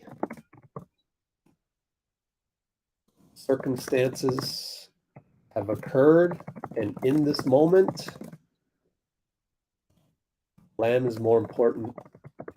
Lamb as a long-term investment, even as a short-term and long-term investment,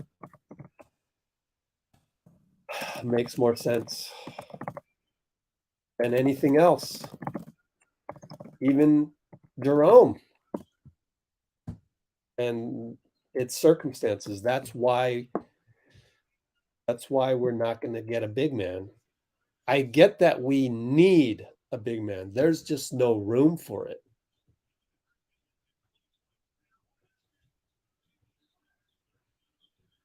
And if Looney gets injured, guess what? How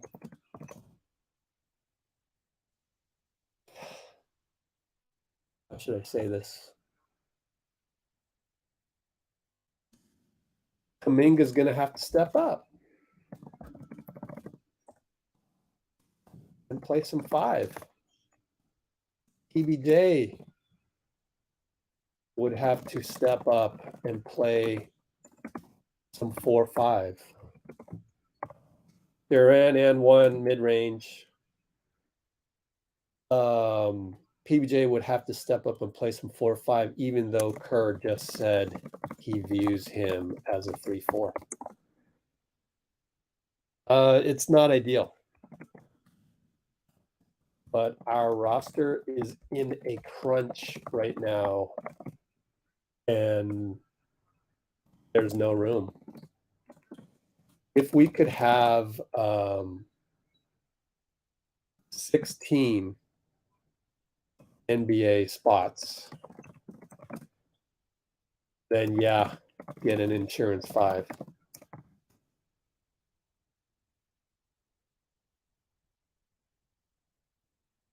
Okay, they Oubre fouls Durant. That was a big bucket, right? KD, and that's what KD does, right? So huge shot. Good to see Damion Lee. Good to see Damion Lee check in.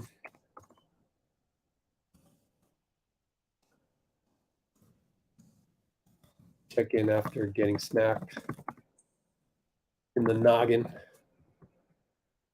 So KD had that clutch and 1, putting Phoenix. Wow, challenge that, please. Oh, they got the block. Okay, good. Putting Phoenix back up by 9 points.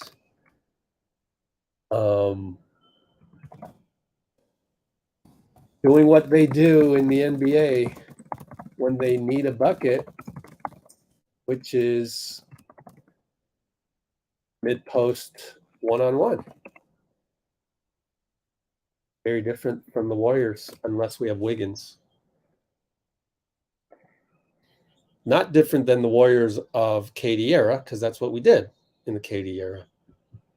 We don't have that luxury anymore. It would be nice maybe to have Kuminga evolve.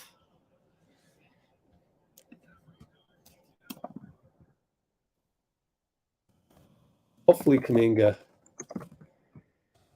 evolves into being a clutch scorer like that.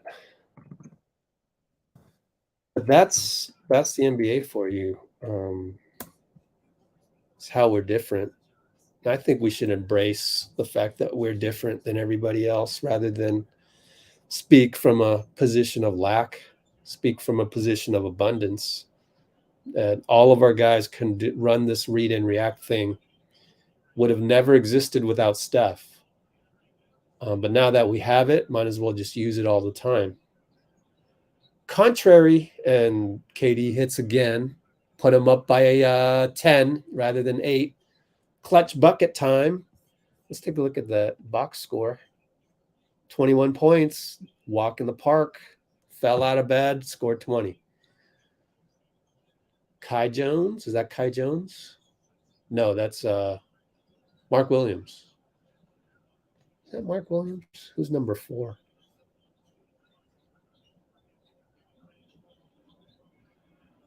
Oh no, Katie's on fire. 2 more points. Nick Richards? No.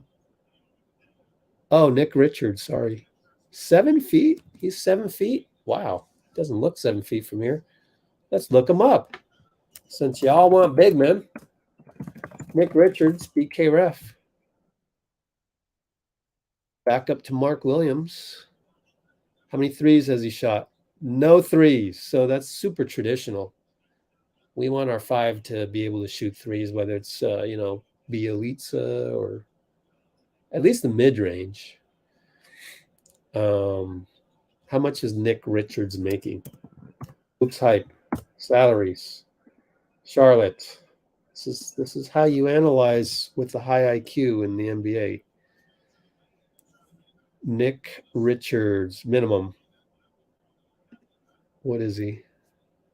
Previous salaries, 1.5 million, probably undrafted. Nick Richards wiki. 42nd overall, Kentucky. 42nd overall, what, to the Hornets?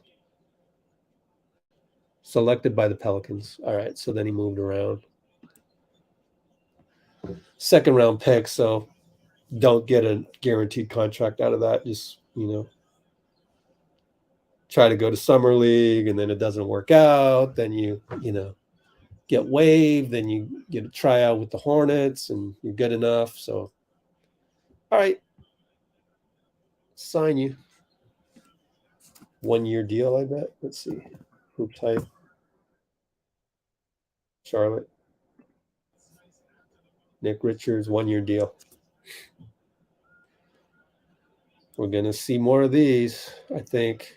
2-way conversion to a 4-year deal because the collective bargaining agreement hits right here. So now all of a sudden you owe this guy $2 million, but your salary cap room goes way up. When's the network contract up? NBA network contract expiration. Expire in 2025. What month?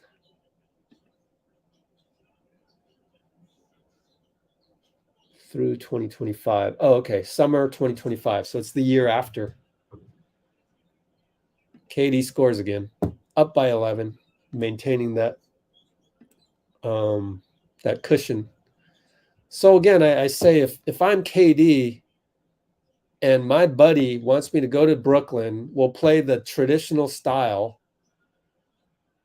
You go play the traditional style and you go play with your buddy. What's the big deal? Instead of, let's run around for, 3 quarters with Steph, the equivalent of 3 quarters, run around. And then, when Steph's on the bench and we really need a bucket, okay, I'll post up. Or just play the whole game that way. Why not just play the whole game that way? What's the outrage? I don't get it, right? So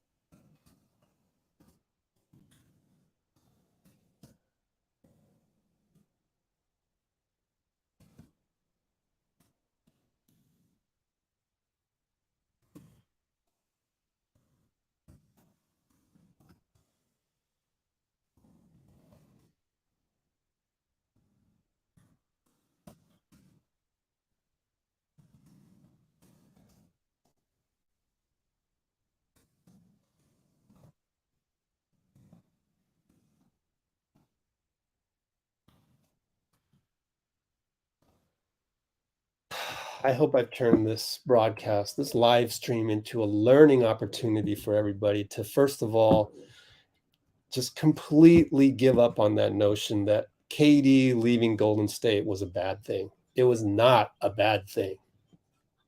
I said this when it happened because I've had it happen. This is the millionth time I've told this story, but I've had it happen to me when I assembled my tournament teams. I assembled a championship squad. We were so good on defense. It was for Asian tournaments, but oddly enough, I had the longest wingspan of Asian guys. I don't know why. There's not they're not half breeds. They're, one guy is Palestinian, or his name was Udine. So that's some Arab country. And then you had Ross Lim, Big Boy Ross, or Big Boss Ross, Big Boss Lim on Instagram. Go check him out. He used to be on my squad. I had him, right when they were playing with the Oakland Rams. Carl Guzner, KG, he works in tech for the freaking Clippers. He'll probably be here tomorrow. I got to hit him up. He was our Klay Thompson, man. He shot from down here, kind of like Jordan Poole. Shoots from down here, but man, he makes threes, man.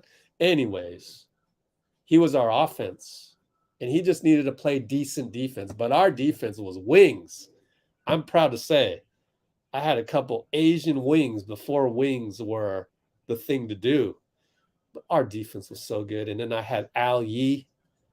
What's up, Al? He's probably long retired from basketball because he had knee issues, but athletic guy. Oh man, I had the squad. And then one day, Ross tells me, or maybe emails me, says, hey, we're not playing anymore. We're going to go play on the rival team. Those fools went to go play for the rival team that we just smashed in Sacramento, man. I was hurt, but I didn't have the context. Devin Booker and one, that's what you do these days. We would run Tiki-taka. They go one-on-one, Devin Booker, clear out. One-on-one, Kevin Durant, clear out. Do you see the difference? That's why we need a big man. We need Nerlens Noel. It doesn't make sense. Of course, Bob could go out and get Nerlens Noel tomorrow. And I would learn something, because that would tell me that they're not going to go with Lamb, or that would tell me that they're either going to waive Andre or Rollins. And I have hope that Andre will be 100%, and Andre 100% is a pretty damn good get for the playoffs. 100%, assuming he's 100%. Anyway, so my guy Ross and KG, man, that was like half of my squad. And then they went to the other, so I had to rebuild. But I never was really mad at Ross or KG, because they had always played with their old buddies, which is why I didn't have a problem with KD teaming up with his buddy Kyrie. I didn't have a problem with that. It happened to me. You want to go play with your buddies? That's the best thing ever as a baller. You want to go play with your buddies.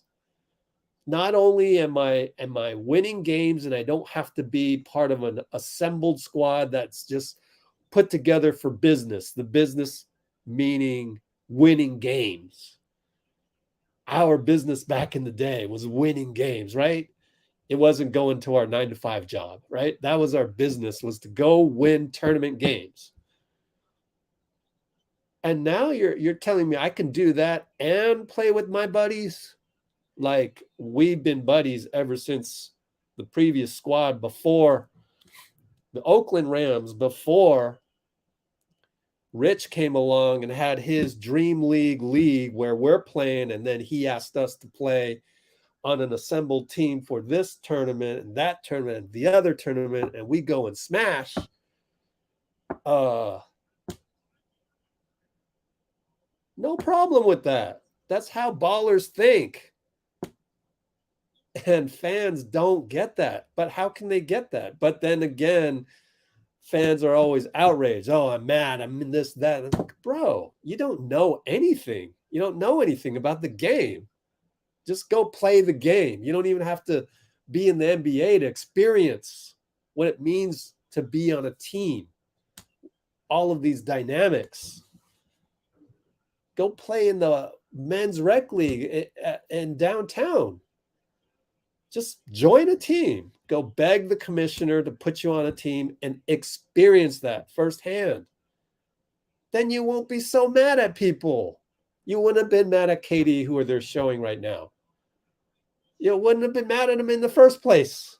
you would have been, man, that was a nice run. And hey, man, future Hall of Famer, I'm blessed to have played with you. Good luck. And you get a lot of that too, just by when I filmed him. I got all this footage on the YouTube channel. Go look at it right here. YouTube.com, Let's Go Warriors. I don't have a playlist for it, but the most popular freaking videos are him and Steph. Just go click on those and you'll see the dedication, and you're just like, wow. This guy is practicing before my eyes, and I've never seen a workout like this. In fact, it's very different than Steph's workout because there's a lot of mid-range. And he'll go hard on those mid-range. Dribble, pop, and stop. Do you know how many times KD did dribble, pop, and stop? And it was like, I used to practice that myself, but dude, I've filmed you practice more than I practiced my whole life on that stuff. And it's a thing of beauty, man. It's just like you're watching him work out and you go, how does anybody stop that? That's impossible. You can't stop that. This guy's 7 feet, 3 dribbles, stop and pop in your face. How can you defend that? You can't, because you don't know if he's going to rise after 2 dribbles. After 3 dribbles, you certainly don't want him dunking past you. That is the last thing you want. You're giving up 2 points either way. Let it not be a dunk. So,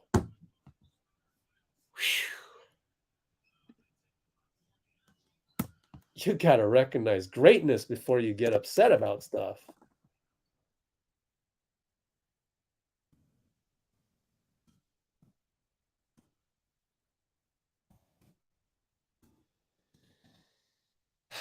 I hate it when I have to be so, what's the word, admonishing of the haters. Man, can we just appreciate, let's act from, because in that way, I'm acting from a position of lack, the lack of haters. Whereas I'd rather I wish my KG, Carl Gesner, the guy I just talked about, and Ross were here in the chat and we can discuss. We can just type away and go, man, the way KD works out, or reminisce on our games. Like, sit there and we reminisce just like Draymond would reminisce with KD. Steph, Klay would reminisce. Zaza would reminisce with KD about all those triumphs. We go, man, remember the games where, and this is another Warriors reference, my guys, Jamal Udine, and Ross, they would shut down because they're so lengthy. They're one-on-one defense. We would shut them down, and, in the second half, by the time we get like 3 stops in a row, we're there, and everybody on our team at that point, it goes up. We got them. That's exactly the same feeling. So I've actually felt the same feeling the Warriors feel when you win 3 straight against Boston, when you win 3 straight against Memphis Grizzlies with Zach Randolph and Marc Gasol, when you win 3 straight against LeBron and Kyrie in 2015, when you win 2 straight at Houston, when you get Looney to step up at Houston, that was just like our guy BJ. We had a guy BJ who wasn't really skilled, but he just hustle, and he'd get a few rebounds, and then he'd score, and we'd go cheer like crazy because he's not known for scoring. And and it's like at that moment in time in the game, oh, we got him. Like they can't get over that mental barrier. They know that they start getting afraid that they'll miss the next shot because our defense is so freaking good at that moment in time. Like everybody's on a string. And it was always because of my 2 wings, Jamil and Ross. Oh, I'll always remember that, man. God, those were some great games. And we would just, people be like, damn, these Dream League All-Stars are for real. Hell yeah. We were for real. We go into Vegas. And then the humbling part comes. And that's when you try to repeat. That's when you try to do it all over again. The problem is you gotta X on your back. Number one. Number two, anything that goes wrong can and will go wrong. Ross broke his wrist in the first freaking game next year in Vegas. We had to go to the hospital after the game to make sure he was okay and all that crap. And same thing. Repeating is freaking hard. Give the guys a break, man. Don't be a casual. Act like you actually know how it feels. That's what makes this channel so different is I'm here to make you feel like you're on the team. We're not throwing stones from 10,000 feet away or from the Roman Colosseum. We're not doing this. We're not doing the Joaquin Phoenix. By the way, Joaquin Phoenix, dude gets an Oscar in The Joker. I remember him from The Gladiator. He was so good as the evil Caesar, I don't want to be like that. I want this channel to feel like we're right on the bench sitting with those guys. So I hope my diatribe made sense because Katie's back and we should enjoy this game the way that I want you to enjoy it because I'm trying to give you the perspective that makes it so much more real rather than the NBA 2K way. We need Nerlens Noel. Plug him in. Oh, you know what? Ronnie 2K calls you back on the cell phone. Yeah, Nerlens Noel fits well. NBA 2K algorithm. Matter of fact, it's perfect. Warriors just won the championship. Nerlens averaged 10 rebounds a game. That's not happening in real life. And plus, you've got Anthony Lamb as your targeted 15th spot. Can you give up on that way of watching basketball? Can I convince you to watch it the way that I see it? If you could just come into my brain, experience all the basketball that I've experienced, appreciate this man, Kevin Durant, that they're showing close up, never, ever having an ounce of hatred towards him. It wasn't even that's why I was outraged at the outrage. I'm going, really? People don't get me because I don't have an ounce of outrage. People don't get it. I get crucified for that on Twitter. Go ask anyone on Twitter. Anyone. Ask them about me. Ask them about Let's Go Warriors. Ask them about Poor Man's Commish, my handle on Twitter. Let me know what they tell you because they don't get it. They don't get how I can never have outrage over anyone except Tony Brothers the other day refereeing our game and messing up on 7 straight calls. On the court stuff, I can get outraged by stuff. But off the court, come on, man. Are you kidding me? This is the greatest game ever invented. And the camaraderie, the understanding of these competitions, not just between these guys, but at every level of basketball. Where are you going to get that? You can't get that from, I'll keep my mouth zipped. X, Y, and Z, A, B, C, D, E, F, G, H, I, J, K, L, channel, podcast, blah, blah, blah, that advertises themselves on Twitter. None of them come close to this. I'm giving you real life experiences and how to enjoy the NBA. You look at the NBA like this, you will never be bothered by all of that crap. The only thing I'm bothered by is that they're spreading misinformation that ruins your experience of the NBA, unfortunately. So I kind of have to fight that. And that's why I bring up analogies don't think of the NBA IRL in real life as NBA 2K. Use those paradigms to your advantage so that you can understand the dynamics of this human game. Man, that's a long ass diatribe. But it was fun. I hope you guys enjoyed that. Like, believe me, I appreciate the people that they may not even understand that fully, but people like Amy, they're so positive that they're in a state of openness, learning, just appreciation for life, appreciation for basketball, gratitude to see the greatness of Kevin Durant. No matter what uniform he wears, this is our arch rival. And we are here watching our arch rival and rooting him on, honestly. We're rooting him on like we don't want him to win, but we want him to play great. And he's played great. He's only played 25 minutes. They're going to win, up by 13, 127 to go. So at least come on here, be a positive person like Amy, like Nicole. If you don't have the depth of basketball, real life experiences like me, at least be open to listening to it. Because all of this shit has happened already to me. Everything. The backstabbing even. I've been backstabbed so many times, mainly by people who hate me in the Warriors Twitter world of, it gets a little bit dog eat dog. It gets a little bit that way. I have a channel. I have a Twitter account. So do you.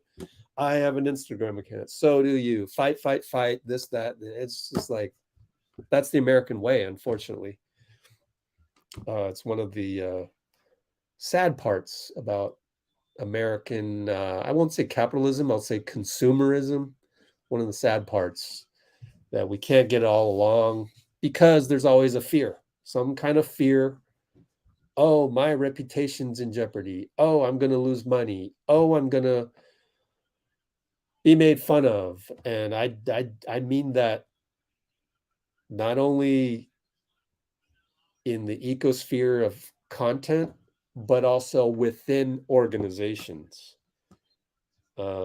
It's just Americans are that way. And maybe corporations and things like that, and a lot of money can make human beings kind of nasty rather than what we're doing here, which is a very positive community that roots for each other, roots for a common cause, is always happy to see each other, doesn't mind that we only see each other online, we only comment to each other, but it is an amazingly positive aspect of our lives that can't be duplicated.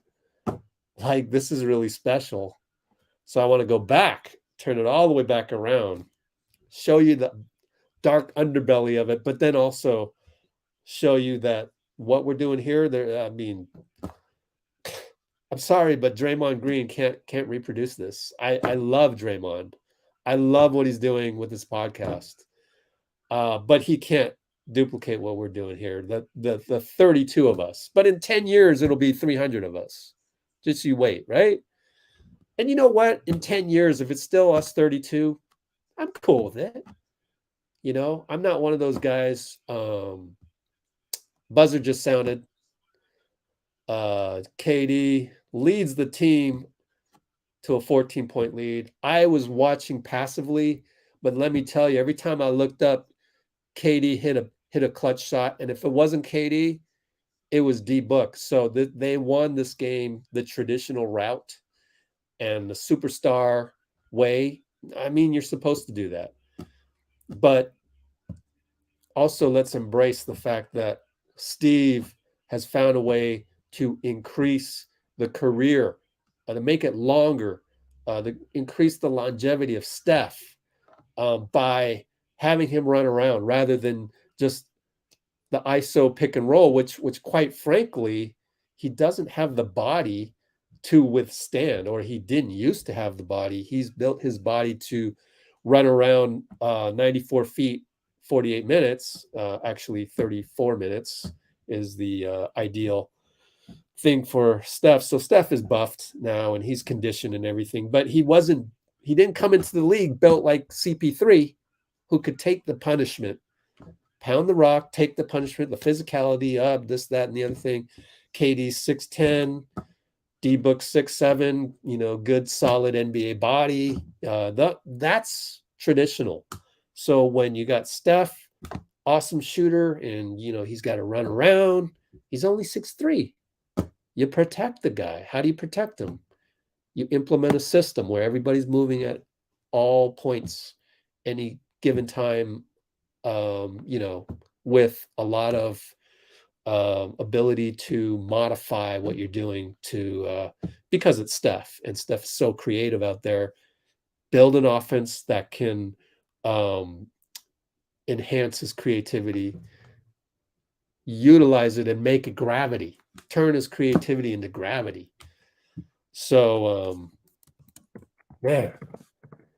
diatribe on Steve protecting and elongating Steph's career, morphing creativity into gravity. And I didn't expect me to keep talking after the game. I thought we would just be done here, but I'm glad I got to go full circle. I haven't checked any of your comments. I've just been talking for the last probably 20 minutes. And so I love how just looking, RJ, Zambi, Nicole, Jay, it's just like Amy, Dean Chambers, who's working right now probably, and tons of other guys that aren't on right now. Roland's working. Vitor is in Brazil. Probably, just due to the time frame, taking special moments to watch Warriors games, so can't be on with us tonight. And just, this is special because it's so hard to do this. This can't be duplicated. It's so much easier, like Nicole says, it's so much easier to just be negative and just work on outrage. And people get addicted to Twitter, and people that work for, big media companies get addicted to Twitter, and they think that's the only way to draw an audience. Let's go draw our audience from Twitter and the traditional ways that we've been doing it, whether it's TV or radio. Let's do a podcast, and then it'll be through all these outraged people on Twitter. And then you can never be in a state of learning, because you have to be in a positive state to learn. As I said on many live streams before, if you're stressed out, if you're in a combative mode you had a disagreement with your boss, you had a disagreement with your whatever, spouse, sibling, son, daughter, dad, mom, whatever. There's so many people in your lives that, do you really think that all of your relationships are going to go perfectly at any given moment in time? Maybe on your birthday, it's like in the Western world, or maybe the whole world, that's like, oh, your birthday's protected. Oh, it's your birthday. Let's celebrate it. Even your enemies at work will go celebrate your birthday just because. Christmas. What else? Valentine's Day. But the goal for me is to make every day here your Warrior's birthday. Why not? And you should try and strive to make your life every day as happy as your birthday. How do you do that? Honestly, it comes back to gratitude. Now, there are some things you can't control. Sometimes your boss is going to yell at you. They don't understand what's going on. They don't tell you what's going through their heads. Shit happens. You could have a argument with the guy you're playing basketball against. You could have a misunderstanding. Twitter beef. You could have, regular beef, rumor beef. Oh, it only takes one person who fears something to really taint the water. So, and then it's not necessarily that person's fault either. Like, they don't really know what they're doing. And sometimes it happens. It depends. It can happen inadvertently. So back to just being really happy that you guys are here with me, and 30 of you. So, yep. Yeah.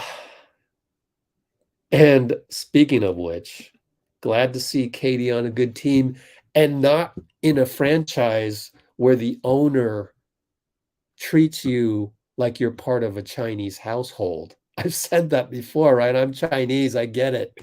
Joe Tsai, man. Demanding apologies, demanding that we make it to the championship, and then you'll get your extension, Kyrie. Oh, man, I can't stand that. My dad's not like that anymore. So it's like, I'm glad Katie got out of there, and I can totally understand when Kyrie says, I'm glad he's out of there. I totally understand when Kyrie makes the trade demand that week, because you just told me I won't get an extension unless we go to the championship. Do you even know how hard it is to get to the championship? I've been in a championship, was Kyrie's thinking. I've won. Game 7, I've won on the road in Oracle. And you're telling me I need to help take the Nets to the championship for you to give me an extension? I know Kyrie is thinks a different way than the rest of us, and maybe thinks, I want to say, what's a nice way to put it? An ignorant way. But that doesn't deserve demands thrown at you. So I'm glad Katie's out of there. I agree with you, Zambi. And yeah, I do believe most people, most media companies are very nudged towards outrage and negativity to get traffic. Unfortunately, that's just how Twitter is. All right. Anyway, I missed all your comments. If we had to trade anyone, I don't think we can, because our roster is so the best way to understand this is to just go to our salary cap table, hoop type, Warriors salaries. So that's what you do. You go hoops hype, Warriors salaries. And then boom. It'll Google will take you there. I don't know why I didn't go to Google, but this is the problem. Right? This is all for you. 2 Turkles. This is all for you, because other people right now, they understand this, because I've said this a million times. But our salary cap table is top heavy. This was the homegrown James Wiseman slot. We traded it for the Gary Payton contract. So Gary Payton's contract gets to show up here. And that's nice. That's nice. Player option here. You know, it brings us out a couple years. I mean, that's good. Looney, great contract. Great contract. You know, I mean, go look at other ones. You talk about Noel was making 10 million. You talk about, why can't we get a guy like Nick Claxton? Well, those guys don't come along all that often, and boom, 8 million. So you're going to pay about 10 million for a guy that rebounds. Robert Williams. Let's look at Robert Williams. Boom, 10 million. What'd I tell you, right? Same thing with Wiseman. About 10 million gets you size. Well, this year wasn't working. We were wasting this slot. Might as well turn it into Gary Payton. He plays like he's 6'8", right? Doesn't he play like he's 6'8"? So the problem with, are we going to make any trades? You literally can't. All of these, who are you going to trade? You're not trading. I mean, all the tradable assets are your big salaries. No one's trading for Ryan Rollins. These are add-ons to deals to just spice up a deal. Like, throw in Patrick Baldwin and we'll do this Wiseman deal, you know. Detroit should have asked for that. But the problem with Detroit, they're just as desperate. They're desperate for talent, any kind of talent. So you look at Detroit, you guys really need to make Hoops Hype a mainstay. And I like him better than Spot Track just because of the simplicity and the ability to see multiple years. But Spot Track will get you more detail.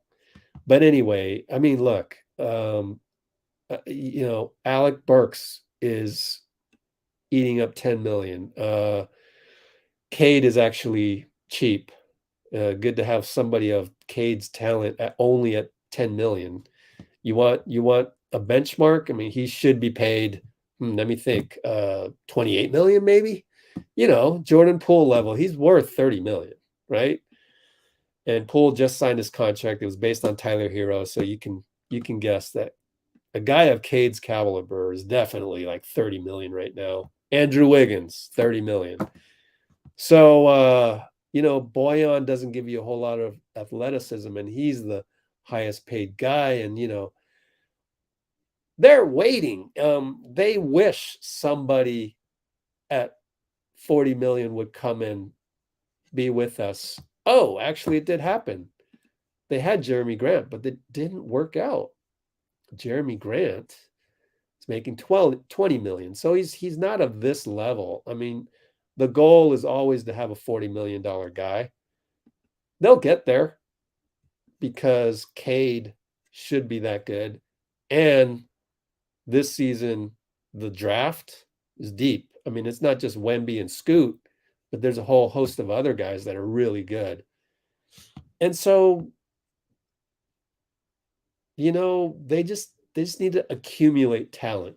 So they needed Wiseman just as badly as we needed to get rid of Wiseman, which is we needed just as badly to get Gary Payton back in a Warriors uniform. And also, by the way, if you understood the salary cap better, then you would understand why we couldn't pay Gary Payton at the time last summer, because there was already a Wiseman slot here. So you want to add Gary Payton, we're not going to be able to pay him more than the mid-level, which is Dante and Rollins put together. 6.3 million. You see that? 4.5. That's 5.5. So there's a little bit left. There's $800,000 left of the mid-level exception. So that's the exception to, you get a mid-level exception to the rule of you can't pay this more than this amount of salaries, which we're way over. And we could give this Steph a fat contract because he was our own pick. We got the bird rights. We could pay Klay a gigantic amount. We could extend Wiggins, and he took a discount. Look at that. Wiggins at 24 million? That's so cheap. Like I said, it's about 30 million. Now, we had to pay market price for Jordan Poole. No choice. Better pay him what Tyler Hero is making, maybe a little bit more, to acknowledge the fact that he's better than Tyler Hero, which he is. And you better sign him now, otherwise he might leave if you don't. So, you got to take your chances. We spent 4 years investing in this guy. He figured out our system, played well, rose through the ranks, still makes a few 4-year player mistakes, but hey, worth every penny. 28 million. That's what he's worth. Tyler Hero set the market. Same thing as if the house 4 houses down from your house just got sold for $5 million. Guess how much your house is worth? It's now worth $5 million. And you should not take anything less. If you were to put it on the market next week, there should be the same amount of demand. So Tyler Hero gets 28 million. There should be the same amount of demand around that time from 29 other GMs. You got to pay Jordan Poole 28 million. So we're stuck, man. We can't. I mean, you could trade Poole. You could trade Wiggins next season. You're talking about trades in the summer. Yeah. It depends on Draymond. So it comes down to Draymond. Draymond, what are you going to do? Are you going to opt in or opt out, right? So in-depth lesson on the salary cap table, ending with the stark realization and fact that a lot rides on Draymond opting in or out. And I don't even want to get into the what ifs. There's too many what ifs. What if he opts out? Then the Lakers offer him, I don't know, 30 million. I mean, you got to think that LeBron is smart enough to know Draymond on his team probably makes the Lakers better. Are they really going to offer him? Well, then you get into, at that moment in time, if I were to write an article for Spot Track about this, I'd have to go look at the Lakers, but then there's more moving parts. He's injured, so is this, are we going to blow this up? Is it time to, what do you do? AD today was written about. I think Shaq. It got aggregated. Shaq said something about Anthony Davis is basically performing subpar now. He's fallen off a lot, is what Shaq said. Matter of fact, let's look it up. Twitter. Come on. I hate Twitter so much. I only go to mine information and get information. What should I? There it is. I don't want to say this disrespectfully, but he's fallen off. Has fallen off. Come on, O'Neal. You're a journalist now, sort of. You gotta learn proper grammar. Anyway, so then you get into moving parts, and then it's like, this is blowing my mind away. I don't even want to think about it anymore. So then, by July or June, when the rumors start, my article will be irrelevant. So don't write the article right now, says Bleacher Report, says Spot Track, says Hoops Hype, says Real GM. But a lot is going to ride on this. That's why there's no articles right now, because the article will only get hits between March 1st and July 1st, and that's it. So to answer your question long-windedly, if we had to trade anyone, we can't talk about that until we know what Draymond's doing. Now, if he opts in, which is a weird dynamic, because you would think any other team, if you looked at 29 other salary cap tables, okay? Damian Lillard likes Draymond, so you'd have to look at Portland. I'm not going to do that right now. But for the most part, I don't think you can find one or two or more than two or three other salary cap tables that can take on Draymond Green's salary and think that they're in contention for a championship. Because you would have to kind of change your offense. So that's kind of the good and the bad of having Steph, Draymond, and Klay. Like, this combination of three guys and three salaries only works on the Warriors. I mean, maybe you could trade them to San Antonio. In San Antonio, this might work, right? Just for the system, or Utah. But even then, you couldn't really trade them, because who would you trade them for, right? Let me give you an example. You go to San Antonio. You'd have to wait till he becomes a free agent, because you have cap space. Nobody makes more than 14 million. You have cap space to bring on a free agent, but there's nobody you can trade for Steph Curry right now. You'd have to trade like three guys. It's just right. It's just it's so fantastical. that you don't even talk about it. Why? Why talk about it? There's infinite possibilities out there. If you're gonna write an article about trading Steph Curry or Klay or Draymond, like it would be like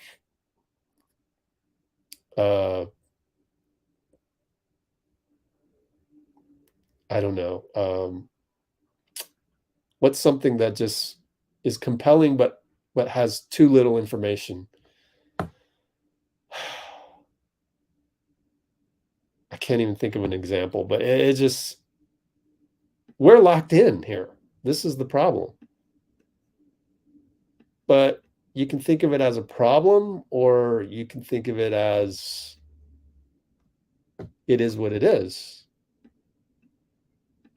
28 million down here. You can think of it as a problem, or you can think of it as we'll just take it a day at a time. And the next shoe to drop probably is Draymond Green. But then, any one of these guys could get injured, knock on wood. Gary Payton could be, not serviceable, knock on wood. So when you say what kind of trades are out there, for all intents and purposes, we're waiting on Draymond Green, but there could be something else. So why not just wait until we got to worry about it? Why worry about it at all? Why not just put your trust in Bob Myers? I mean, this is a great example. This is literally so complicated and simple at the same time. Why worry about it? It's kind of like, I can't think of an example. And you say, take it one day at a time. I know what it's like. It's like thinking of, how should I manage my assets for my future children so that there's no sneaky stuff and I get taxed the least? It's like, wait a minute, you don't even have children. Wait a minute, you don't even have an estate to worry about. You don't even have, wealth. Let's get through life and worry about that when it's more in front of you. So don't drink that Kool-Aid out there. Watch out for Twitter. If you want anything you see on Twitter, just come ask me on the next live stream. Email me. Hell, fine. Email me. Fine. Whatever. I might not be able to reply. Ryan B knows that. I got your email, Ryan B. There's a lot on my plate. Everybody has a life of their own where they have to worry about whatever they need to worry about. Family matters, private stuff, right? So everybody has private stuff, right? And I can't do Warriors 24/7. I can't even do it 8 hours of sleep, sometimes more. Sometimes I need more than 8 hours because these live streams are tiring. The negativity on social media attached with anything that you throw out a Steph Curry update, you get negativity in the comments. It's tiring, my God. So I gotta get more than 8 hours, honestly. And so that leaves what, 15, 14 hours? Or what about the, all the hours it takes to run a household? You got bills to pay. You got to go get food. You got to, there's a lot of other stuff in life that happens. So how did I get on this tangent? I think you just got to take it one day at a time, and you got to put your trust in certain things and let it ride. So let's put our trust in Bob Myers. Let him worry about it. By the way, Bob Myers is getting paid. I mean, he should get paid a lot for what he does. He should be on the top of the list. Fine. I think we're all in agreement in that. Maybe Joe has gotten a hometown discount for a bit because he knows Bob Myers has a passion, a love for the Warriors. He grew up rooting for the Warriors across the bridge in the East Bay, right? So maybe Joe has been giving him, look at that. I'm giving you theories on Bob Myers right now. 240 mark. Theories on Bob Myers. Oh, gosh. So maybe Joe has been thinking subconsciously that he can get Bob with a hometown discount. Why not save a few million?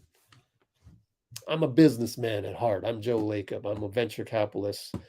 I know deep down inside Bob wants to be the GM of the Warriors. So I'm going to keep him around. And hey, it's the Warriors, Bob. Don't forget. You know, I'm playing that card. Damn straight, I'm playing that card a couple times in negotiations. So what does Bob do? Suddenly Bob goes, man, this has been a pretty good ride. Number one, you know,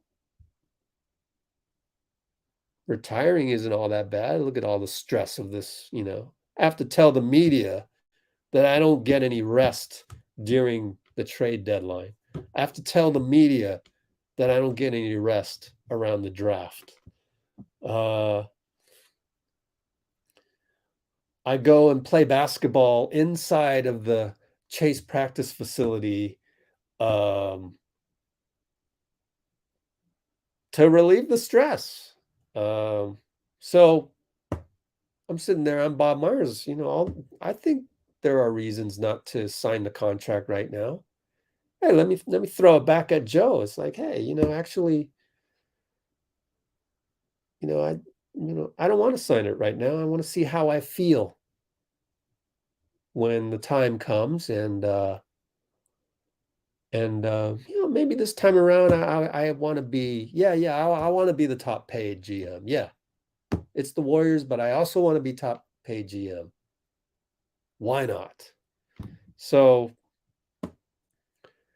maybe it's nothing to really be worried about. Just trust the process. And that happens all the time in the NBA. Like there's no better reminder of you to conduct yourself in daily life. And the words, enjoy the process, straight from Steph Curry's mouth, than every day following the NBA. Just follow the NBA. And you'll learn to enjoy the process, which is not what they teach on any radio station, any TV station, any NBA team website, anywhere but here. Nowhere, no Warriors podcast, no Warriors Twitter account, none of them other than Let's Go Warriors will encourage you to enjoy the process and apply that to life. The only places you'll hear that is Steph Curry on the podium and me reporting that Steph Curry said that on the podium, and then me repeating that in all these live streams, because I think it's important. I think we can learn a lot. Oh boy, I missed a lot of your comments. I want to apologize for that. Okay. I trust Bob, not you. I'm always targeting everyone except the people in our channel. I should know better. We only got 26 right now, which means usually we have double that, which means probably double are new and just kind of learning and everything. But anyways.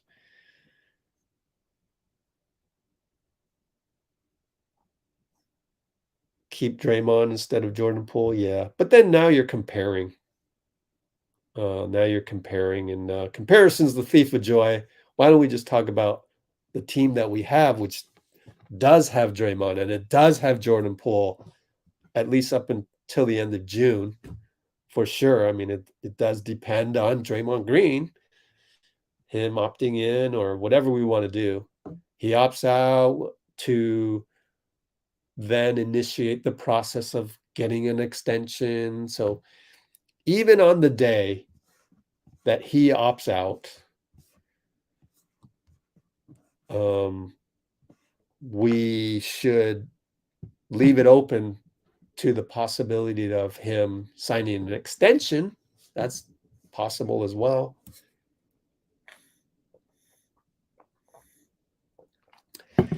You can name as many good things about Draymond coming back as you can bad things. So why don't we choose the good things? And one of the good things is that he could sign an extension. The other good thing is he could, and I think both sides would want the extension. So I've always said this, we've got to get these guys in a room and talk about the future. And now it includes GP2, which is kind of neat, honestly. I kind of like that. Even Kevon. Let's invite Kevon to the meeting. So you got Steph, Klay, Draymond, GP, and Kevon. Look, JK, I mean, come on, look, we're signing this guy. We're opting in, team option, and extension a la Jordan Poole later. I mean, these guys are locked in. They're pretty locked in. It's almost kind of good that Moody's struggling along, in that you elongate his career a little bit. We pay him less. That's kind of a good thing in terms of the dollars.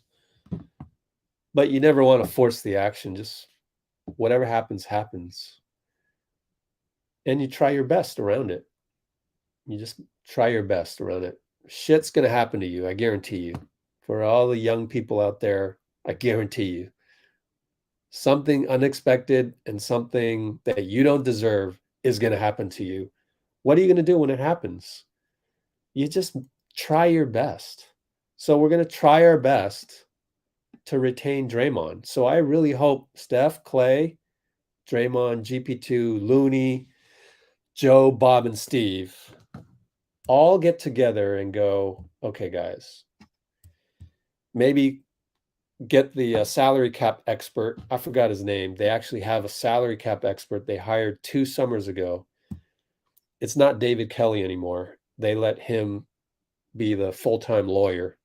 So they got a capologist on the staff, bring him into the room.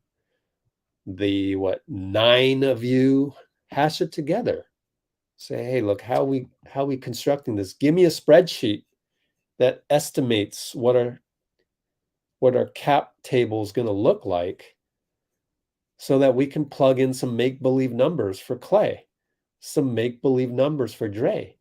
Maybe Klay goes into the meeting and says, guys, look, I want to be a Warrior for life. I'm going to do whatever it takes.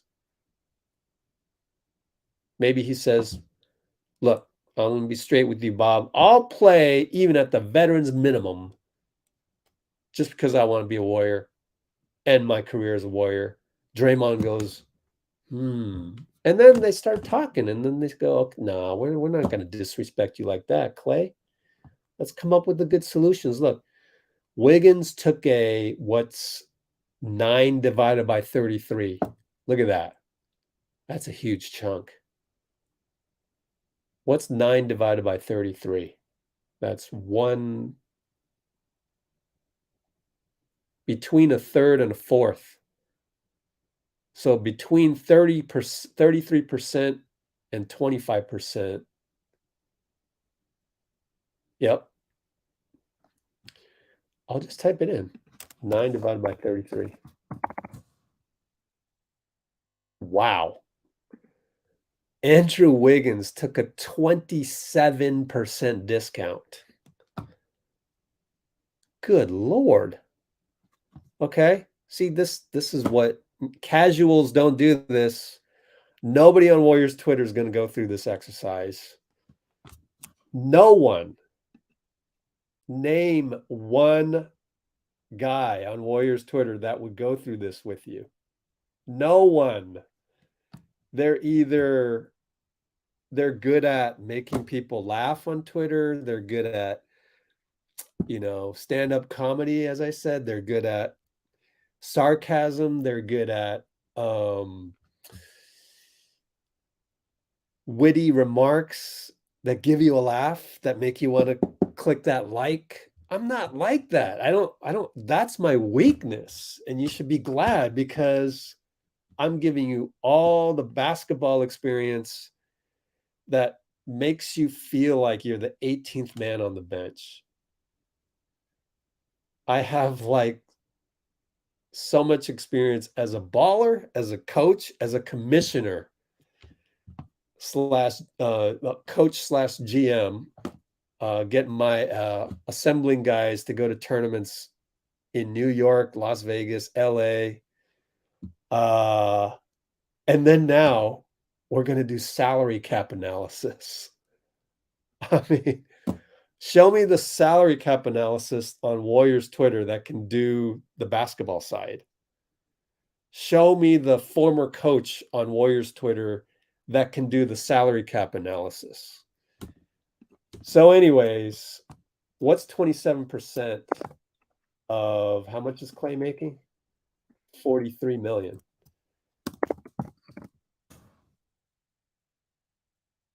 $11.6 million minus 43. So minus 43. 30 million. This should be 30 million, guys. I mean, to be fair to Wiggins, shouldn't this be 30 million? So that's going to give us some discounts. What will the cap luxury tax line be here? We don't know.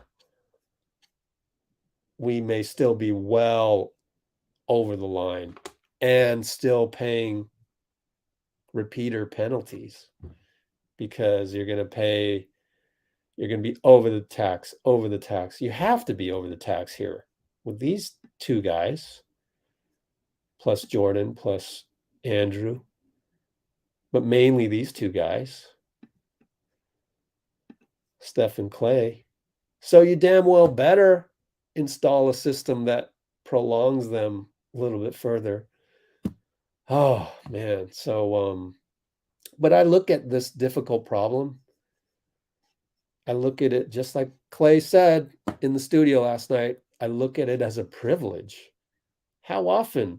Go look at 29 other salary cap tables and show me another one that resembles this. I'll tell you what, Memphis, quite frankly, Memphis's table can grow into that. Look at that. Tyus Jones is the third highest paid player right now. Of course, Ja will shoot up here after that, and Dylan Brooks is due for an extension, probably 25 million if Jordan Poole's making 28. Maybe he'll ask for 28 because he's a starter. And he goes, oh, well, Jordan Poole is a six-man type or whatever. So Memphis can grow into that in terms of all of those guys being draft picks, other than Steven Adams. But you're not going to find another salary cap table like this. This is nuts. This is absolute bonkers. But then again, it's a privilege to have Steph and Klay locked up for this many years. And yeah, we're going to have to make some decisions coming up. It's a privilege to have Steph Curry locked up until the summer of 2026. Whew. That's a great feeling. Everybody should log off in a few minutes. I'm going to log off after we cross the 3-hour mark. How's that? It's only 6 minutes away. Once we log off, just remember, it's a privilege to have Steph Curry locked up for the next 3+ years, almost making 60 million. 2020, summer of 2026.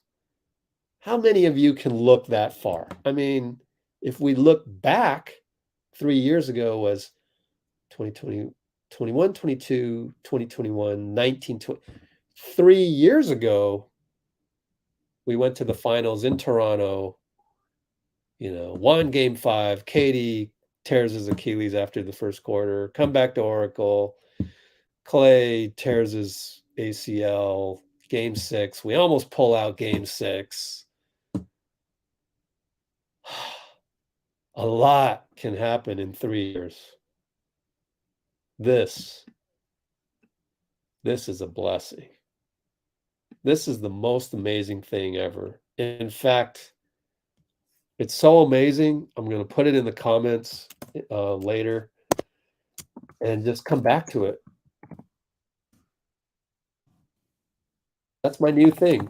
When we log off after a loss, always come back to Steph's generous contract. I'm sorry, it's generous. Yeah, it locks us up, and it doesn't give us a whole lot of maneuverability for especially next year. And again, this one is the one that you would like to make black. And then what happens here? Well, you guys go get in a room and kind of crunch numbers.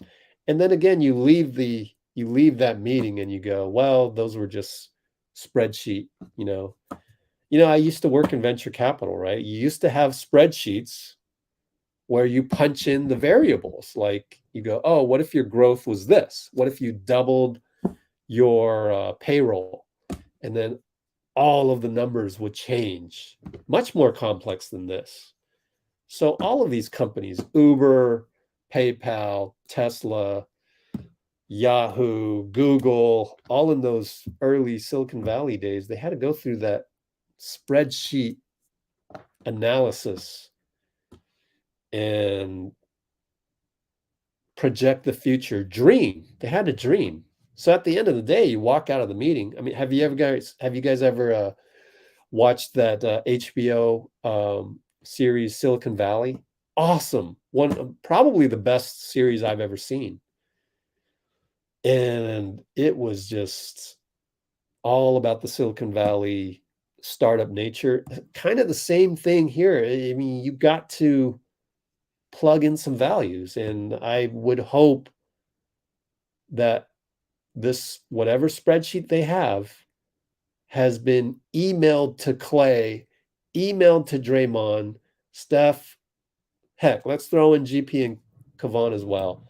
Let them play with it. Punch in a few salaries, see what comes up. Of course, there are some secret numbers on that spreadsheet. Like, I don't really have working knowledge or memorized the salary cap, the luxury tax line. I don't have that memorized and stuff, but you got to be able to add all this stuff up. The beauty of the bottom of the salary cap is that it's all veteran minimums and one MLE, which is shared with a little bit of Ryan Rollins.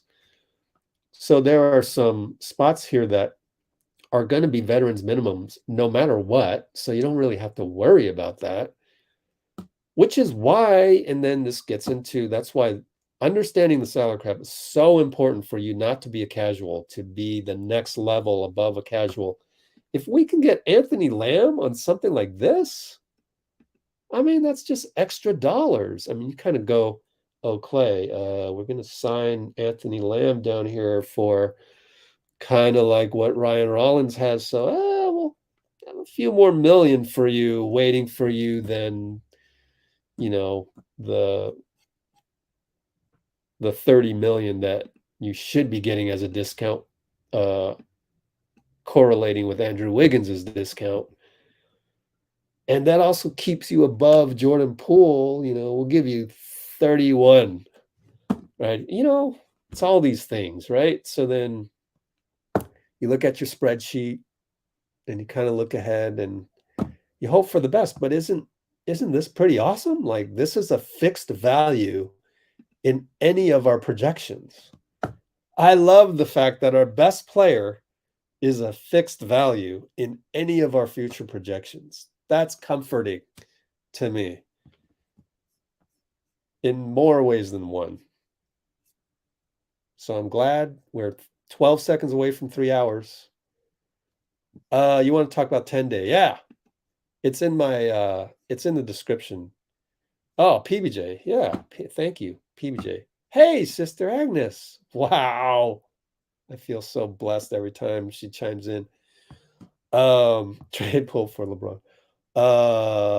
Did I read? Oh, yeah. Lester Quinones. Where was that? That was up here. Oh, I have not caught up to your comments. I didn't know you guys were listening to me. No, they cannot. Nope, they cannot. Cannot do that. Not a slush fund. Can't do that. In fact, you would be violating if you did any duffel bags a la Blue Chips, the movie. If you did any duffel bags of cash, if you promised any future ownership percentage, can't do that. You could wink, wink, but wink, wink at the end of the day doesn't mean anything. Like I've been wink, winked at and been disappointed later. I thought we were gonna do a deal. You wink, winked. No, okay. So there you go. Quinones, you want to? I disagree. I want to win games. I'm not going to put it in the hands of a former two-way. Hell no. Nuh-uh. So let me put it this way. Oh, well, 3-hour mark. I am all for Quinones having a long NBA career, but no way do I expect him to help win a game this week. Okay. We're just enabling Lamb and Jerome to keep playing, and we can give Les another 10-day, one more 10-day after this, and then we can give somebody else a 10-day after that. Again, put your trust in Bob. I don't know what's going to happen. Just let it be. He knows what he's doing. This is the type of stuff that really, if you're not getting paid as a staff member of Bob Myers' crew, then let it be. Let them figure it out. You're not even getting paid to think about it. I'm not getting paid to do any of this projecting and all this talking. I should be getting paid by PR to spread positivity and trust in Bob. But they don't know what I'm doing. Nobody working in Warriors PR is watching the stream right now. They don't know what I'm doing. If they did, I would have already been offered something to keep the positivity out there. Wiseman, how did he do? Detroit. Oh, they lost again. The one issue I have with Wiseman is that all of his numbers isn't contributing to winning. They're not winning games. 7 points. He's always a minus something. I hope he does better. So when did Sister Agnes log on? Pool as oh yeah, that's right. Remember yesterday, JP, we were like, oh no, what happened?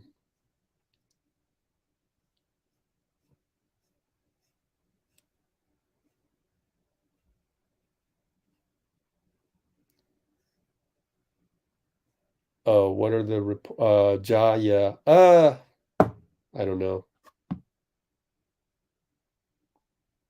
I have no idea what's going to happen there. They got to just deal with it. Could be either way. Wow, Amy, this is a pretty awesome comment. Jeez. Dylan Brooks getting teed up. Did you guys see Dylan Brooks's you guys saw this, Nicole, right? You saw this? This was hilarious. Dylan Brooks, Austin, here you go. My gift to you Dylan Brooks channeling his inner Stone Cold Austin. Oh, come on. There's got to be. There it is. There it is. That's hilarious. That was a couple days ago.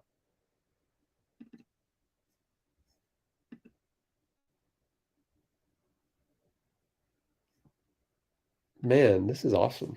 I got to screenshot this because it has Dylan Brooks in the background as well, which is a incredibly funny contrast. Let's go back down and what was this thing? When did Sister Agnes log in here? There you are. Oh, Morant was he suspended? No. There was a John Morant. Let's see. There's a police report that he punched a teen.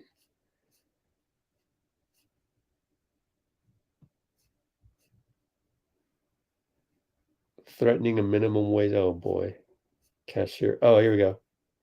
Oh my gosh. Oh no, that's not good. That's not good at all.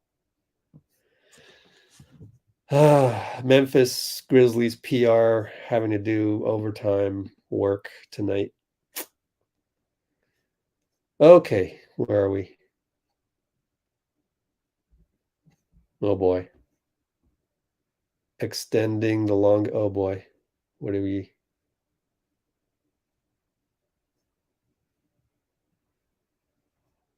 Oh boy.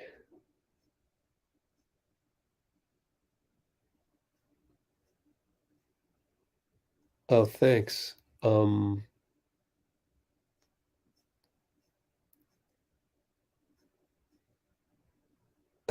Thanks, Nicole. Sorry I'm late to all this. Good Lord, I'm so late to this.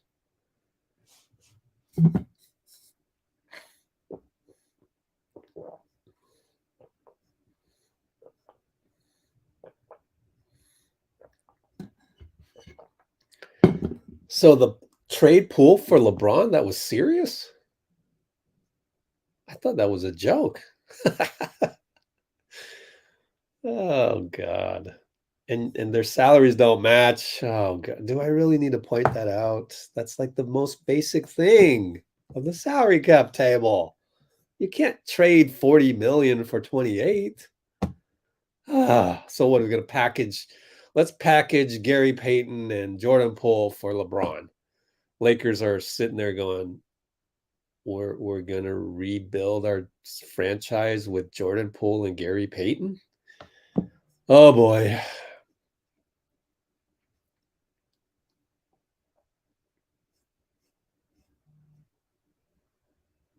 For the infinite time. Blazing. That'll be the signal. That'll be our Illuminati sign. It's actually infinity, standing for how many times we've had to explain things. The infinity symbol. So today we learned so many cool things amongst our group, our small little 29 concurrence group across the world. Number one, we learned that one good way of finding ultimate gratitude is to remind ourselves that Steph Curry is locked in through summer 2026. That is comforting. The other thing we learned is that we've had to explain things an infinite amount of times to random casuals. So that'll be our little signature. That'll be our little, we should tattoo, everybody get a tattoo of infinity with the Let's Go Warriors logo up there in the right-hand corner. We should put a little infinity at the bottom of the logo. Oh gosh. That's how many times we've had to explain things. So yeah, let's see. Lester Quinones, we talked about what else? And then we'll call it a night. Man, really? I went 3 hours and then some? Wow. I am crazy.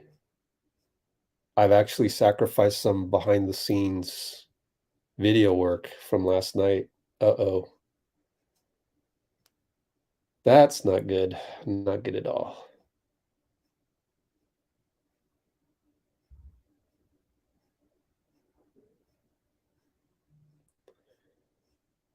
Stepping through this.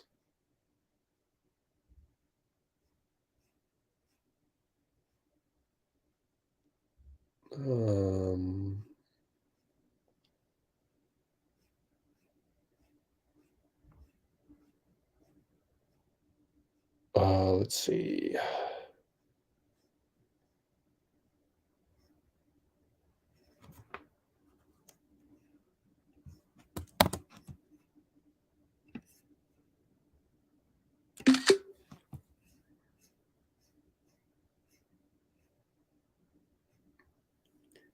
Okay for us to add another guard. Well, we got the 15 spot. Basically, that's the one we're getting to.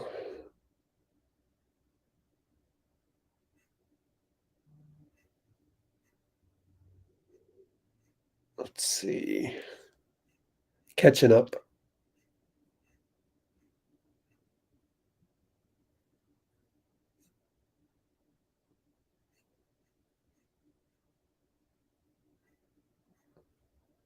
Yeah, Ty is a good guard. Maybe he'll come back. You know, maybe we don't sign him and then we just kind of go, hey, I don't know. I don't want to. That's what Bob Myers has guys working for him doing. Kent Lacob, go figure that out. No, but we would have to do something down here, right? Andre Iguodala will come off, so maybe it's one of those things.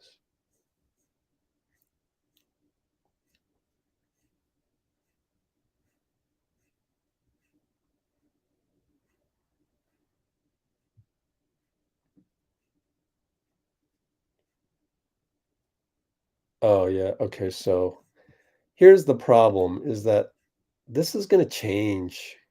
We don't really know. Just like predicting whether or not Draymond will opt in, it's going to change. It's going to fluctuate. So I wouldn't worry about it.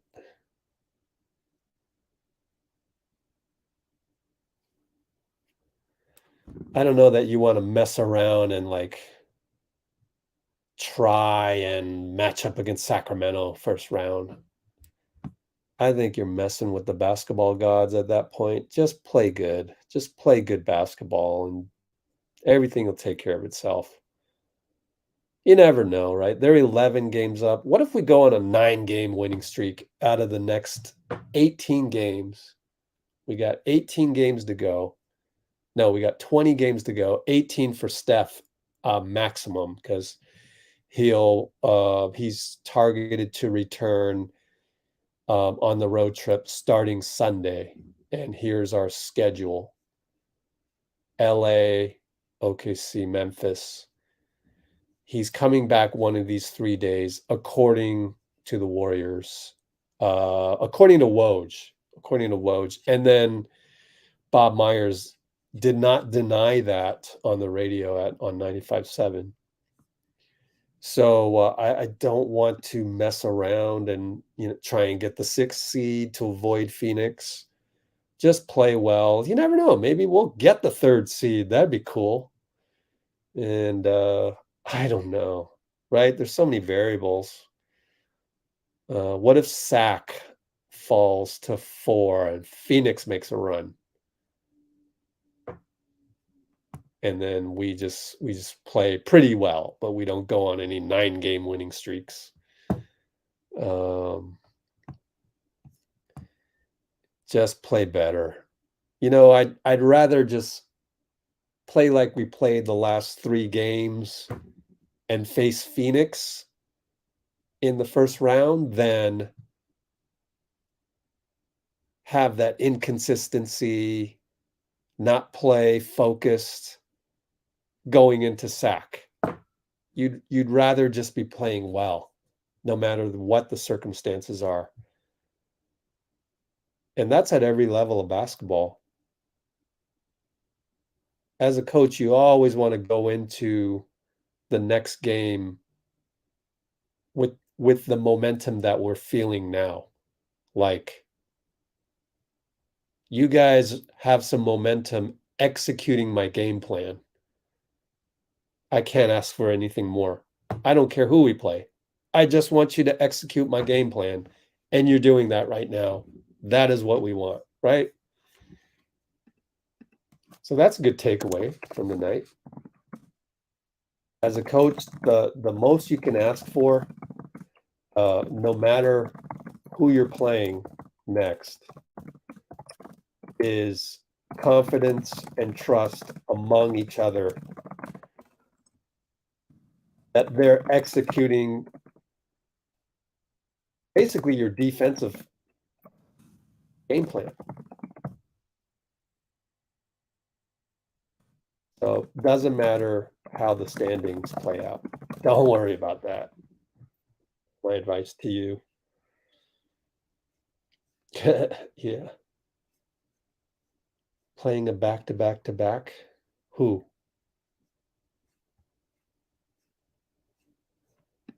All right, Jay. Aha. Robbie with the floaters. Robbie's got floaters, everybody. I never knew how to do a floater. Floaters became a thing after I retired. Thank goodness. I wouldn't want to spend all that time in the gym doing a floater. No. I'm good. I'm good. I shall be an observer from here on out. I shall take my weak Achilles. I don't know if they were weak. My very sore Achilles heels that would happen even after an hour of pickup. And I will retire with those Achilles, never having to have them torn, knock on wood. And just call it a career. Yeah, that's the big thing, right? Is Iguodala going to be 100%? And what does 100% mean? I think based on what we've seen in the past, if you're cleared to play by Rick Celebrini, you are, in fact, you're good to go. And with Andre, he doesn't need to play 30 minutes. So he just spot minutes here and there. So easier to come back in that respect. So we don't know anything about Andre other than he scrimmaged. Credit Madeline Kenney. Let's credit Mad Kenney. He tweeted yesterday, and I think I failed to mention this before. Maybe I did mention it. 318 mark. Geez. Madeline Kenney did about Steph and Andre scrimmaging. I have a feeling she bumped into Curry in the locker room and got that information. Because here I am. I'm looking at this tweet, and I'm like, Curry said he's scrimmaging. Okay, random, 6:03 p.m. You're randomly tweeting that Steph Curry. What, he was on the podium? No, he wasn't on the podium. How do you know this? I think what happened was the locker rooms are open to tier 1 media, meaning newspapers and television. They're open before and after the game. So before the game, up until 45 minutes, it used to be all tiers. They didn't even have tiers back in the day. At Oracle, man, those were the days, man. Oracle to the locker room, man, I would go. You could see it in my videos. Go back and forth, and then just go right before they close the doors. The security guard or somebody would say, okay, it's time to go.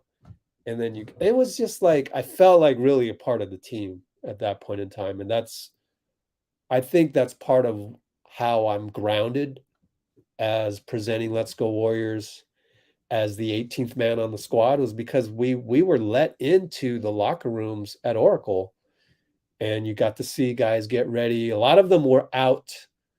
Like Steph would be in the pregame chapel. But that yesterday night, he's inactive. He's in street clothes. he's probably milling around in his locker, maybe, adjusting a shoe or two or whatever. And Madeline probably goes, "Oh, when are you scrimmaging?" And he finally goes, "Oh, actually, I scrimmaged today against the G League team." She goes, "What? Oh, okay. How'd it go?" "Oh, it went well." "Okay, locker room's time to go, guys." "Oh, okay. Let me turn this into an article." So she turns it into an article, which she didn't tweet, but it was Shayna Rubin. See, I'm giving you all the behind the scenes, right? So Shayna, they switch off back and forth at the Merc News. And here's the article. So if you go click on this article and go to Safari Show Reader, FYI, secret. So you go, actually, this is Safari. Let me see if it works here.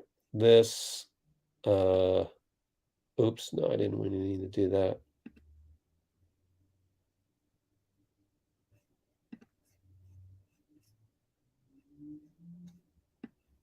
It went well. That's it? That's the only quote you got from Steph? That doesn't make any sense. Oh, okay. It was in passing in the locker room. Had to be. So I can just envision Madeline's down there in the locker room before the game is about to start. 45 minutes. Okay, time to get out. Sees Steph and, "Oh, just real quick, did you scrimmage?" "Yeah, it went well."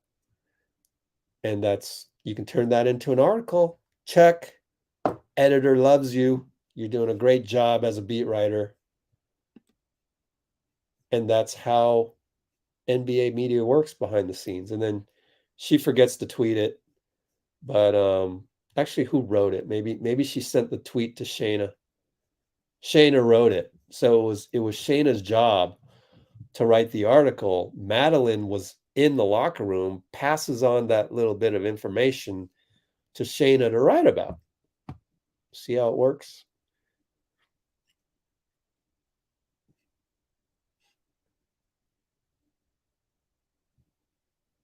Yeah, I know you had a floater though, Robbie. Robbie had a floater. Just kidding. The floater is such a new scoring way. It's so cool. I never had that. And it's not like, I distinctly remember when we had our tournament teams, it's not like the other team. I mean, floaters just wasn't a thing. And now you see it all the time. What an invention. Who invented the floater? I would like to know. Yeah, cool job, huh? I mean, it's cool, but then, there's other parts of it that are tough.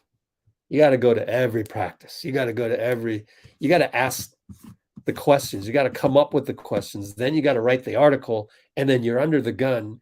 You have to write the article before, whatever time, 10:45 or whatever it is. You got to submit it because it's got to be in the newspaper tomorrow. And that whole, horse and buggy system of printing it on a newspaper and all that everybody's still tied to, everybody in the industry is still tied to. So there's tough parts of the job too. And that's the part that I changed from. So I used to be at every game, used to be at every practice. It's tiring. Just thinking about it makes me tired. And just through various circumstances, here we are. And there's 25 of us right now around the world. But when we go to the playoffs, we'll hit triple digits and it's pretty cool. And then we end up with, 5,000 views, 10,000 views. I found out recently that the evening news, the nighttime news, 9:00 news, the most they'll ever get, 20,000 views. That's it. That's it. I immediately called up my friend Lisa, who works in the industry. She goes, how do I even have a job? 20,000 views? That doesn't seem like anything. And we're going, yeah, I bet you the advertisers, maybe they don't know. And she's like, no, they know. They just don't tell us that they know. I mean, my Dante DiVincenzo thing got 33,000 views. That's nearly double the amount of viewers in the Bay Area of the evening news, of the nighttime news, not the evening news. I bet you the evening news. I mean, we're talking horse and buggy technology, though. You know, this newspapers, which I was told by someone at a big newspaper in the Bay, 10,000 reads would be awesome for them. 10,000. I got 12,000 just posting what Billups said. Chauncey Billups. So we're part of the future right here, and it's a pleasure to be with you guys.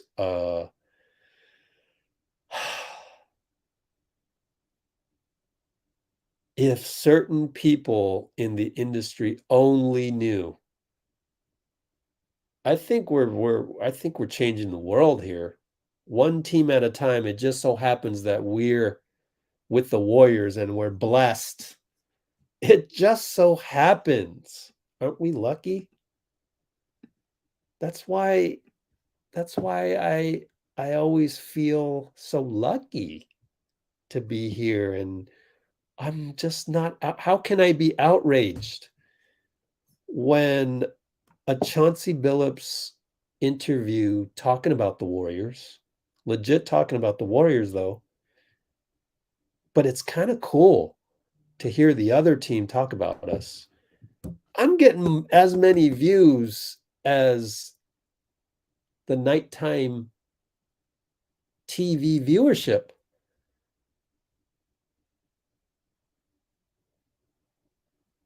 And so I know that we're doing this right.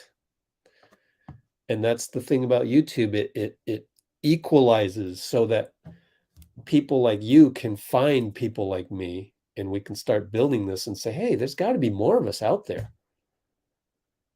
And if they're just willing to download the YouTube app, and they're just willing to come by here every time there's a game, every time we talk about something, and if they just figure out that this is a wellspring of good vibes, like every time, win or lose, even on a night when we're not even playing, it was KD, we're coming on here and we're feeling better about life, about what's around us, our environment, about this whole topic of the Warriors. Like, it just talking ad nauseum about the Warriors makes you feel better. Like, wow, where else can you do that? You can't do that with any podcast. That's one to many. That's like, you speak, you record it, and people listen. But here we are together enjoying this vibe. It's pretty cool. OKC. Let's check out OKC versus LA. And then every now and then we got Nicole dropping a little bit of comedy. LAL won. Wait, who do we want to win on that one? We want whoever is lower in the standings to win. Lakers won, but they don't have LeBron or AD or D'Lo. How the hell they win? Might as well look at the box score at that point. You're telling me my boy Giddey? I love Josh Giddey, man. Did you see what he was wearing? Josh Giddey All-Star. Oops. Josh Giddey All-Star. What, fit? What do you call this? Entrance? Images. Oh, come on. It should be number 1. Do I need to look at Twitter for this? Come on. Come on, Google. Best fits and styles. There we go. It's got to be in this article. Come on. Show it to me. Oh, it's a bunch of tweets. Oh, come on. Find Giddy. There we go. There we go. Play. Ha ha. Oh my gosh, Josh. He won me over. He won me over at that point. So anyways, how did Josh do, man? And then he goes on the podium. Did you guys see this? Let's go to our playlist. I have a gripe with YouTube playlists because they don't put it in the right. Why is Japan games up here? This is so old. They added newest. Like, no, I didn't just add Japan games. I didn't. I swear to you. This was the last created. I just created Kuminga off the court, and I included his flag, Congo, his fit, and his dogs. I should have put 2 dogs. My fault. Change it next time. So unfortunately, you have to sort by last video added. Every time you've got to go here and change it, unfortunately, for the playlist. So if you go look at stars, Dame Lillard and all that,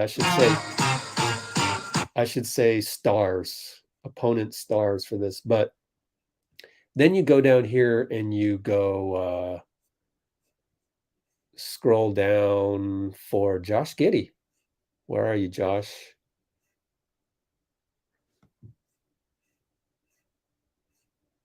Is it not in here? There it is. Warriors have so many perimeter threats. And he praised Draymond like he wasn't prompted to praise Draymond. Man, Josh Giddey, man, I love that kid. We got to go get him. When can we go get Josh Giddey out here? I'm kidding. I don't want to worry about that stuff. That'll burn a hole through my brain thinking about that. Hey, I'm glad we stuck around long enough for Astrofell to finally get on here. How was the game? Here's how I'm summarizing it. It's a reminder of how different the Warrior system is because KD and Devin Booker played how they were supposed to play. Charlotte doesn't have anything special. No chance. So it's a bunch of, one-on-one play, bunch of pick and roll. I mean, okay, 2-on-2 play, a bunch of strong side 2-on-2 rotation help, basic NBA that you see across 27 teams, not named the Warriors, Spurs, or Jazz.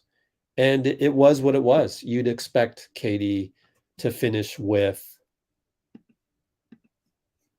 whatever he finished with. 20 points in 25 minutes. Where are you, Phoenix? There it is.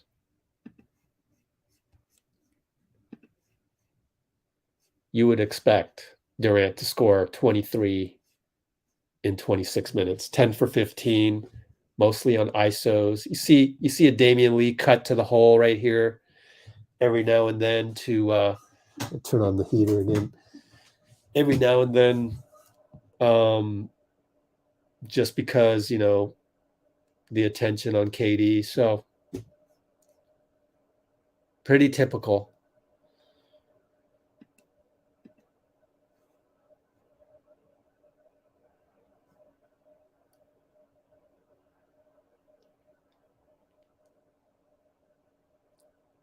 Poole is probable. That means he's gonna play, probably. Right? That means he's gonna play. So if he was questionable, then I'd be worried. But what's his name? Percy will tell you he didn't make it today to the live. Percy Bedford will tell you that when they say questionable, that means all the people in the betting industry think that they're going to play. But I cannot confirm that. I can neither confirm nor deny that. I have no knowledge of that. All I know is that questionable is worse than probable. So at least Jordan Poole is better than questionable. That's how I look at it. All right, we are going to close this down. Bye, Sister Agnes. And say just us 1, 2, 3. See you tomorrow at 6:50 p.m. 7 p.m. tip-off Pacific. Tip-off for Clippers, Warriors. Oh, my gosh. We have our work cut out for us. How are we going to cover Paul George? Who else is on the team? Kawhi Leonard. Show me Clippers. And yet Minnesota beat them. How? How is that possible? They are definitely looking at that tape. Marcus Morris, Zubats. Oh, Lord. And then Batum comes in. And then Norman Powell. He's going to be on the scouting report. I guarantee you. We're not letting him score 20 again. You know how we beat this? Not with we need a big. Not with we need Nerlens Noel. Say that 10 times fast. That's a new thing as well that we learned. Aside from being grateful for Steph being locked up till 2026, infinity symbol standing for how many times we have to tell casuals how not to be casual. But we also learned that the way to beat this is to play small, is to go faster than these guys. Oh, Russell Westbrook. That should be interesting. That's how we beat him. And so we don't need a big. He's not going to help us.